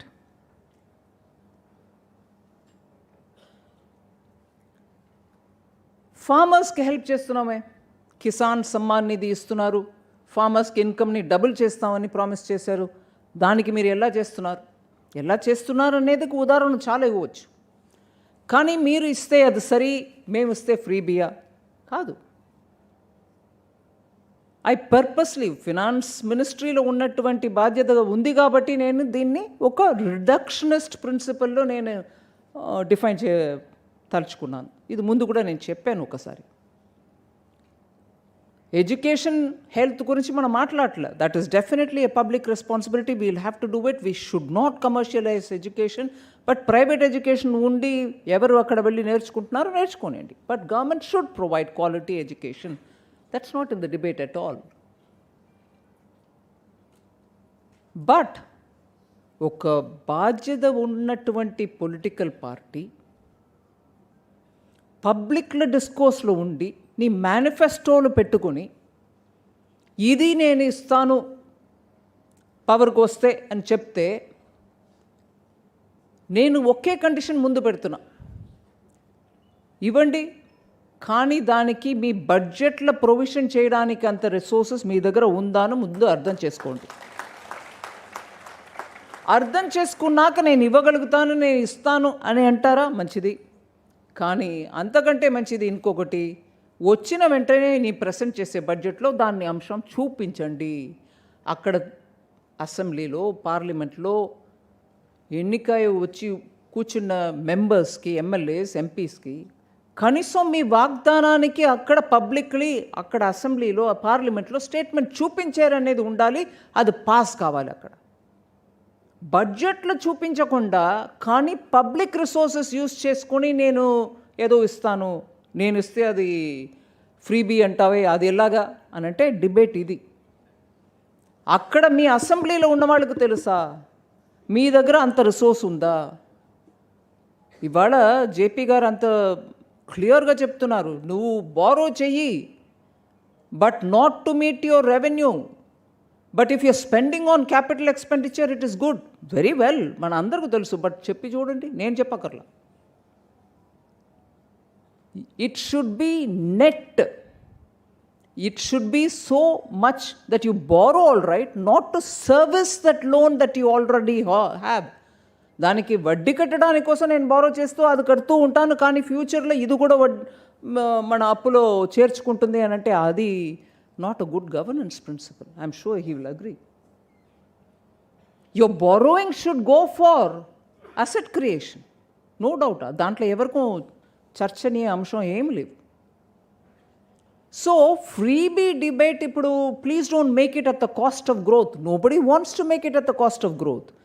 But if I don't debate freebie, will it impact future growth? Will it not affect certain revenues of certain states or center? అందువల్లనే కొన్ని విషయాల్ని మాట్లాడాలి, పబ్లిక్లో debate ఉండాలి. మేము debate కోరుకుంటున్నాం. అంటే ఫ్రీబీ అంటే ఏంటి బాబు, నువ్వు ఇచ్చేస్తే నేను ఇచ్చేస్తే కాదు, నువ్వా నానా కాదు. అక్కడ ప్రజలకు తెలుసా, ప్రజల డబ్బు పోతుందా, అసెంబ్లీకి తెలిసిపోతుందా, పార్లమెంటుకి తెలిసిపోతుందా, లేదా వేరే దారిలోకి పోతుందా, ఇది మనకు అర్థం అవ్వాలి అనేదే debate.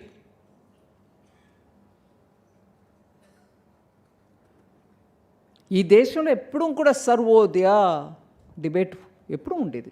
Sarvodaya has been the principle. పెద్ద పెద్ద లీడర్స్ సర్వోదయ గురించి మాట్లాడారు.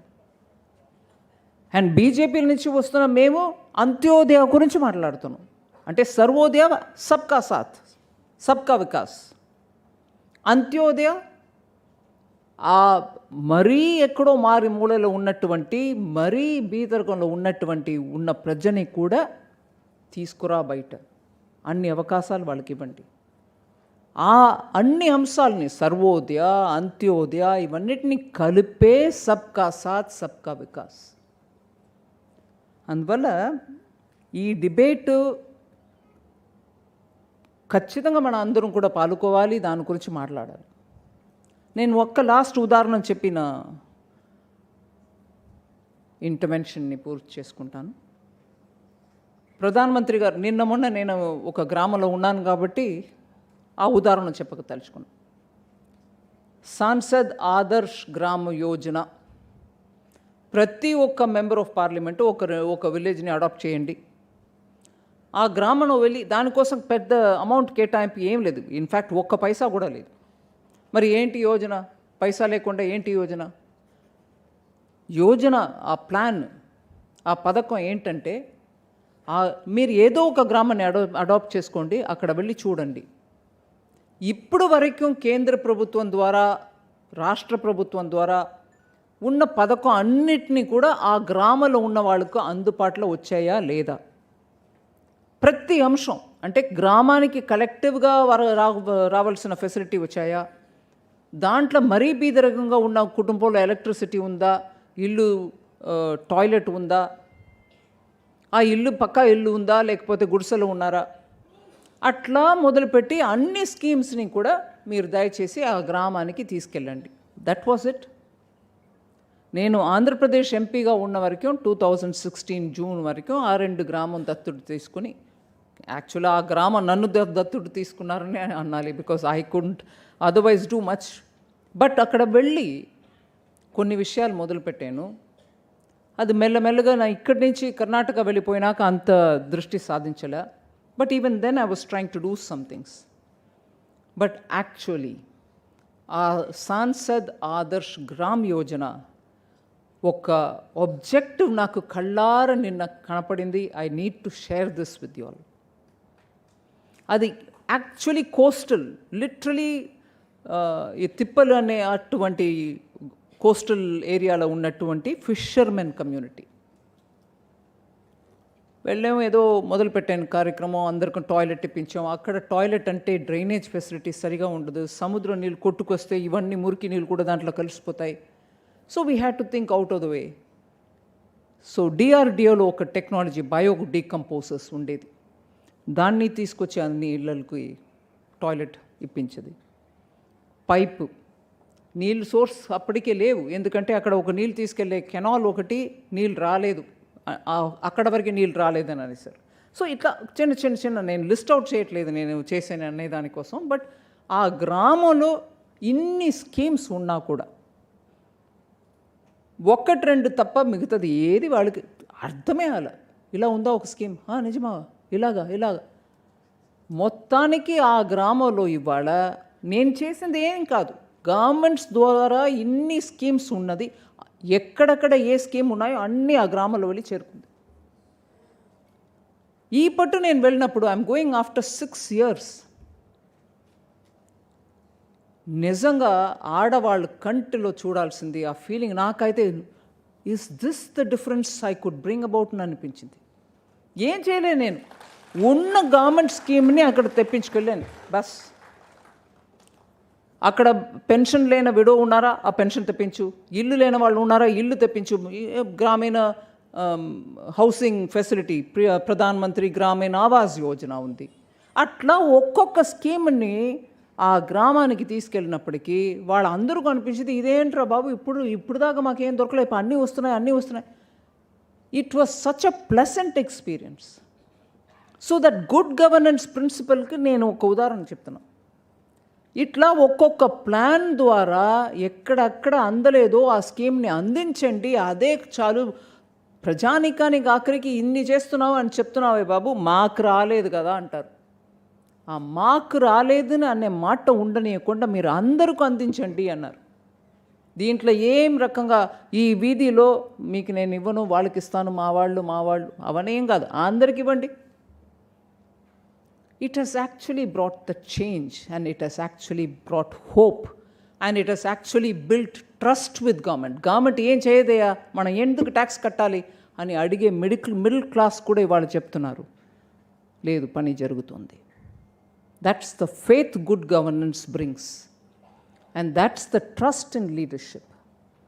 So good governance and empowerment. Purandeswari గారు నాకు చాలా ఈ అవకాశం ఇచ్చిన దానికి ధన్యవాదాలు. And wonderful sharing of thoughts.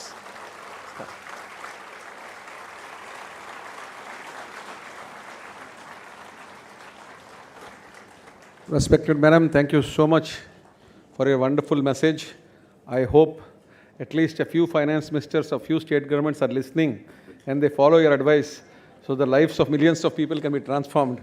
It was truly inspirational to learn from all the people on stage that borrowing should not be spent for vote bank politics but for building assets. On this occasion, as part of the NTR Centenary celebrations, we are also felicitating a few social workers who have done a lot for society to take the spirit of giving into society more. I would like to call upon Sri Rapat Jagdish Kumar on stage, and I would request Nivedita. He is the chairman of the Gurudeva Charitable Trust, ma'am. He is helping people with polio by distributing over 70,000 artificial limbs, polio calipers, wheelchairs, tricycles. He also conducted various social awareness programs for over 70,000 women. He has helped over 5,000 tribal women by providing free food and medicines. He also promoted sports in rural villages. Aipata Jagdish Garu of Gurudeva Charitable Trust on stage, please. I would request the Honorable Finance Minister to please felicitate a social worker who's helping the most downtrodden of people. I would request Ajnarayan Garu to come on stage, please.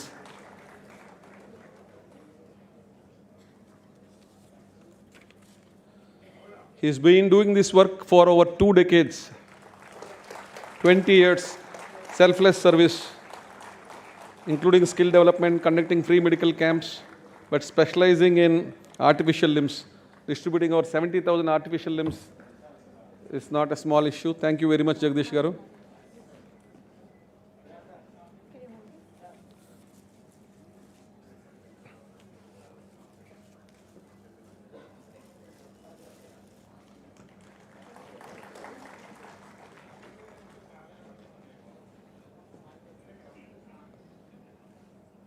Sri S. Venkat Ajnarayan Garu, please. Madam, he is a Padma Shri awardee, 83 years of age, still attending clinics. He has treated over 10 lakh patients so far, conducted over 900 polio camps, free of cost, done 3 lakh surgeries, recently donated land worth 15 crores for building a hospice and geriatric care in Vizag. At 83 years, he is a role model, distributing his wealth, spending his time, and doing free medical camps. He is also awarded by the Padma Shri by the Government of India. I would also request Sri Sriram of Bhagavati Charitable Trust to come on stage, please.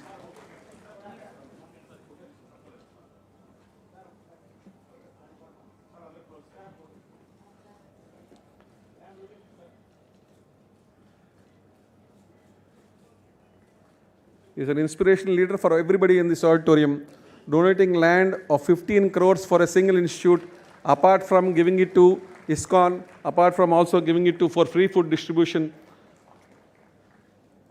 Akshay Patra has donated land worth 15 crores to Akshay Patra, 15 crores for construction of an ISKCON temple, 15 crores worth of land for building a hospice and a geriatric care. We have Sriram, a young entrepreneur from Visakhapatnam of the Bhagavati Charitable Trust, formed by his father Parameshwar Rao. He is helping about 85,000 tribal children in getting good quality education, providing skill development. They have helped in more than 100 pilot programs for empowering women.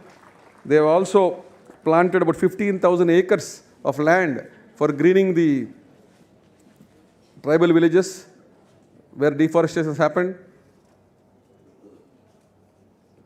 His father was also offered the Padma Shri and the Raman Magsaysay Award, which he declined because he did not want anything but working selflessly for society. Thank you very much. All the awardees, on behalf of the NTR Centenary Celebrations Committee, we thank you all. And we come to the last part of the program of felicitating the guests. I would like the president of Geetham University, the young and dynamic Sri Bharat, to say just a few words and felicitate our guests of honor. Or you can proceed directly with the felicitation ceremony. The granddaughter of Nivedita, NT Ramarao Nivedita, please come on stage and help. Yeah, Nivedita. I would like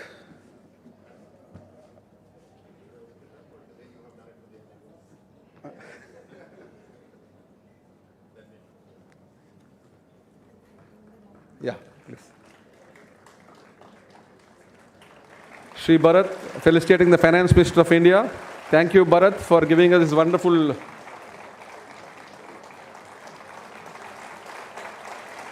opportunity.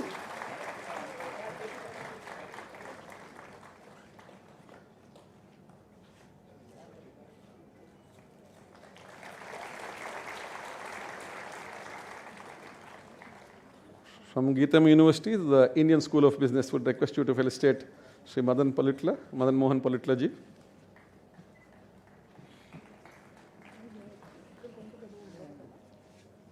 No, you can stay here.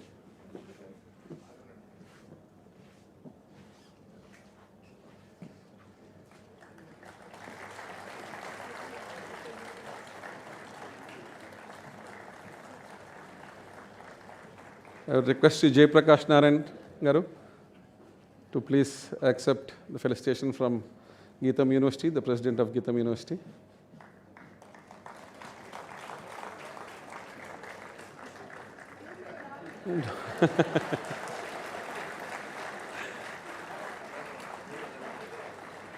As part of the felicitation program, the host committee, the NTR Centenary Celebrations Committee, led by Dr. Purandeshwari Garu, her sister, Sri Lokeshwari Garu. With Lokeshwari Garu, please.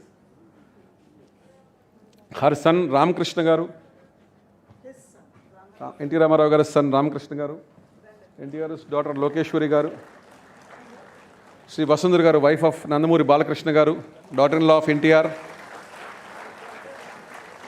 The grandson of NTR, Srinivas Garu. Granddaughter of NTR, Nivedita. We would like you to felicitate the guests of honor, starting with the chief guest, Nirmala Sitharaman ji. All the family members, sons, daughters, daughter-in-laws, grandson, granddaughter.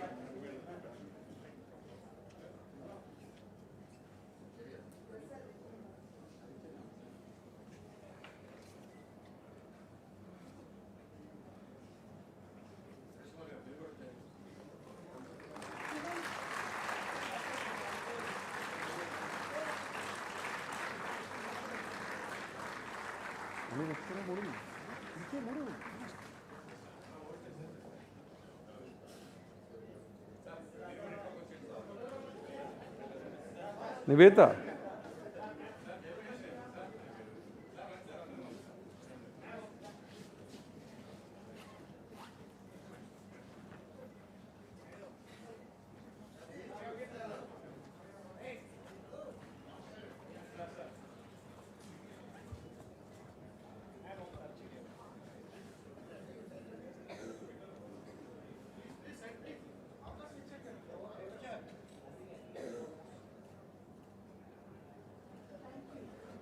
To the Dean, Indian School of Business, Dr. Madan Pulitla, please. Sure.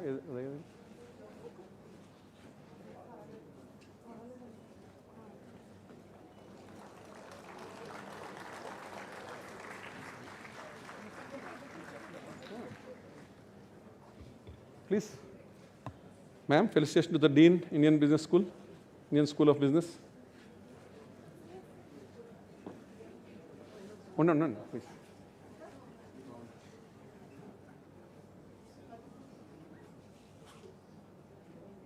Argichi.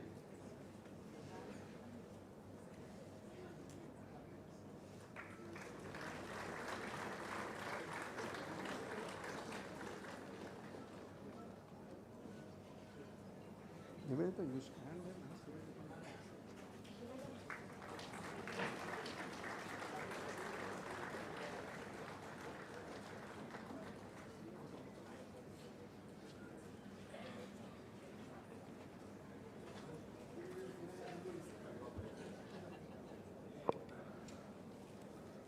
Request Sri Jay Prakash Narayan garu.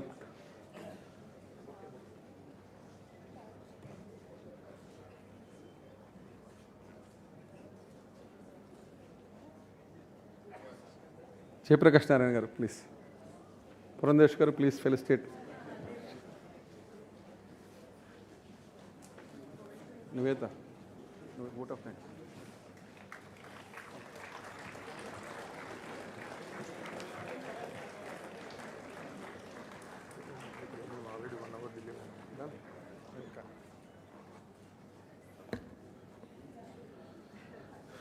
We request Nivedita to propose a vote of thanks as Finance Minister has to leave for another program. We once again thank all the guests, everybody on the stage, everybody, all the guests who have come here and made this evening a fantastic occasion. Nivedita, can you please propose a vote of thanks?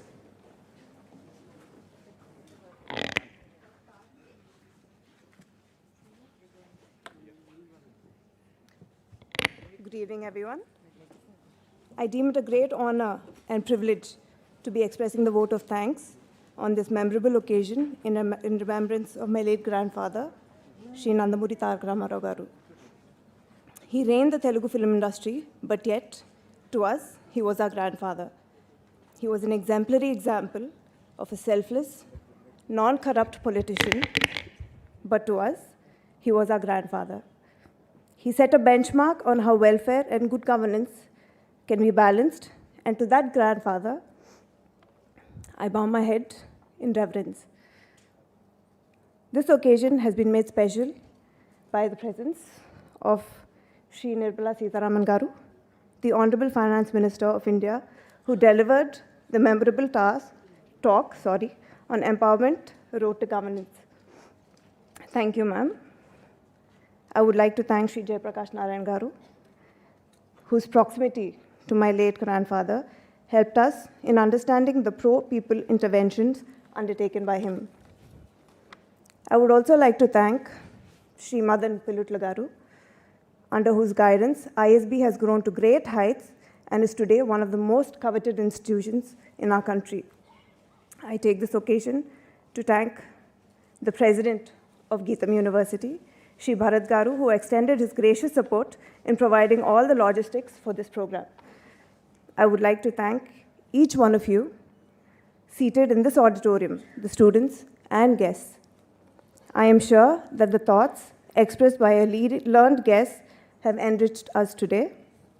My aunts, uncles, my cousins, you are but part of the family, and to thank you would not be doing justice to our relationship.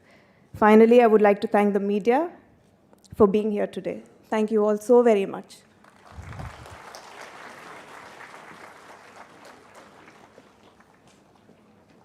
Thank you, everyone. Thank you very much for being a part of this wonderful program.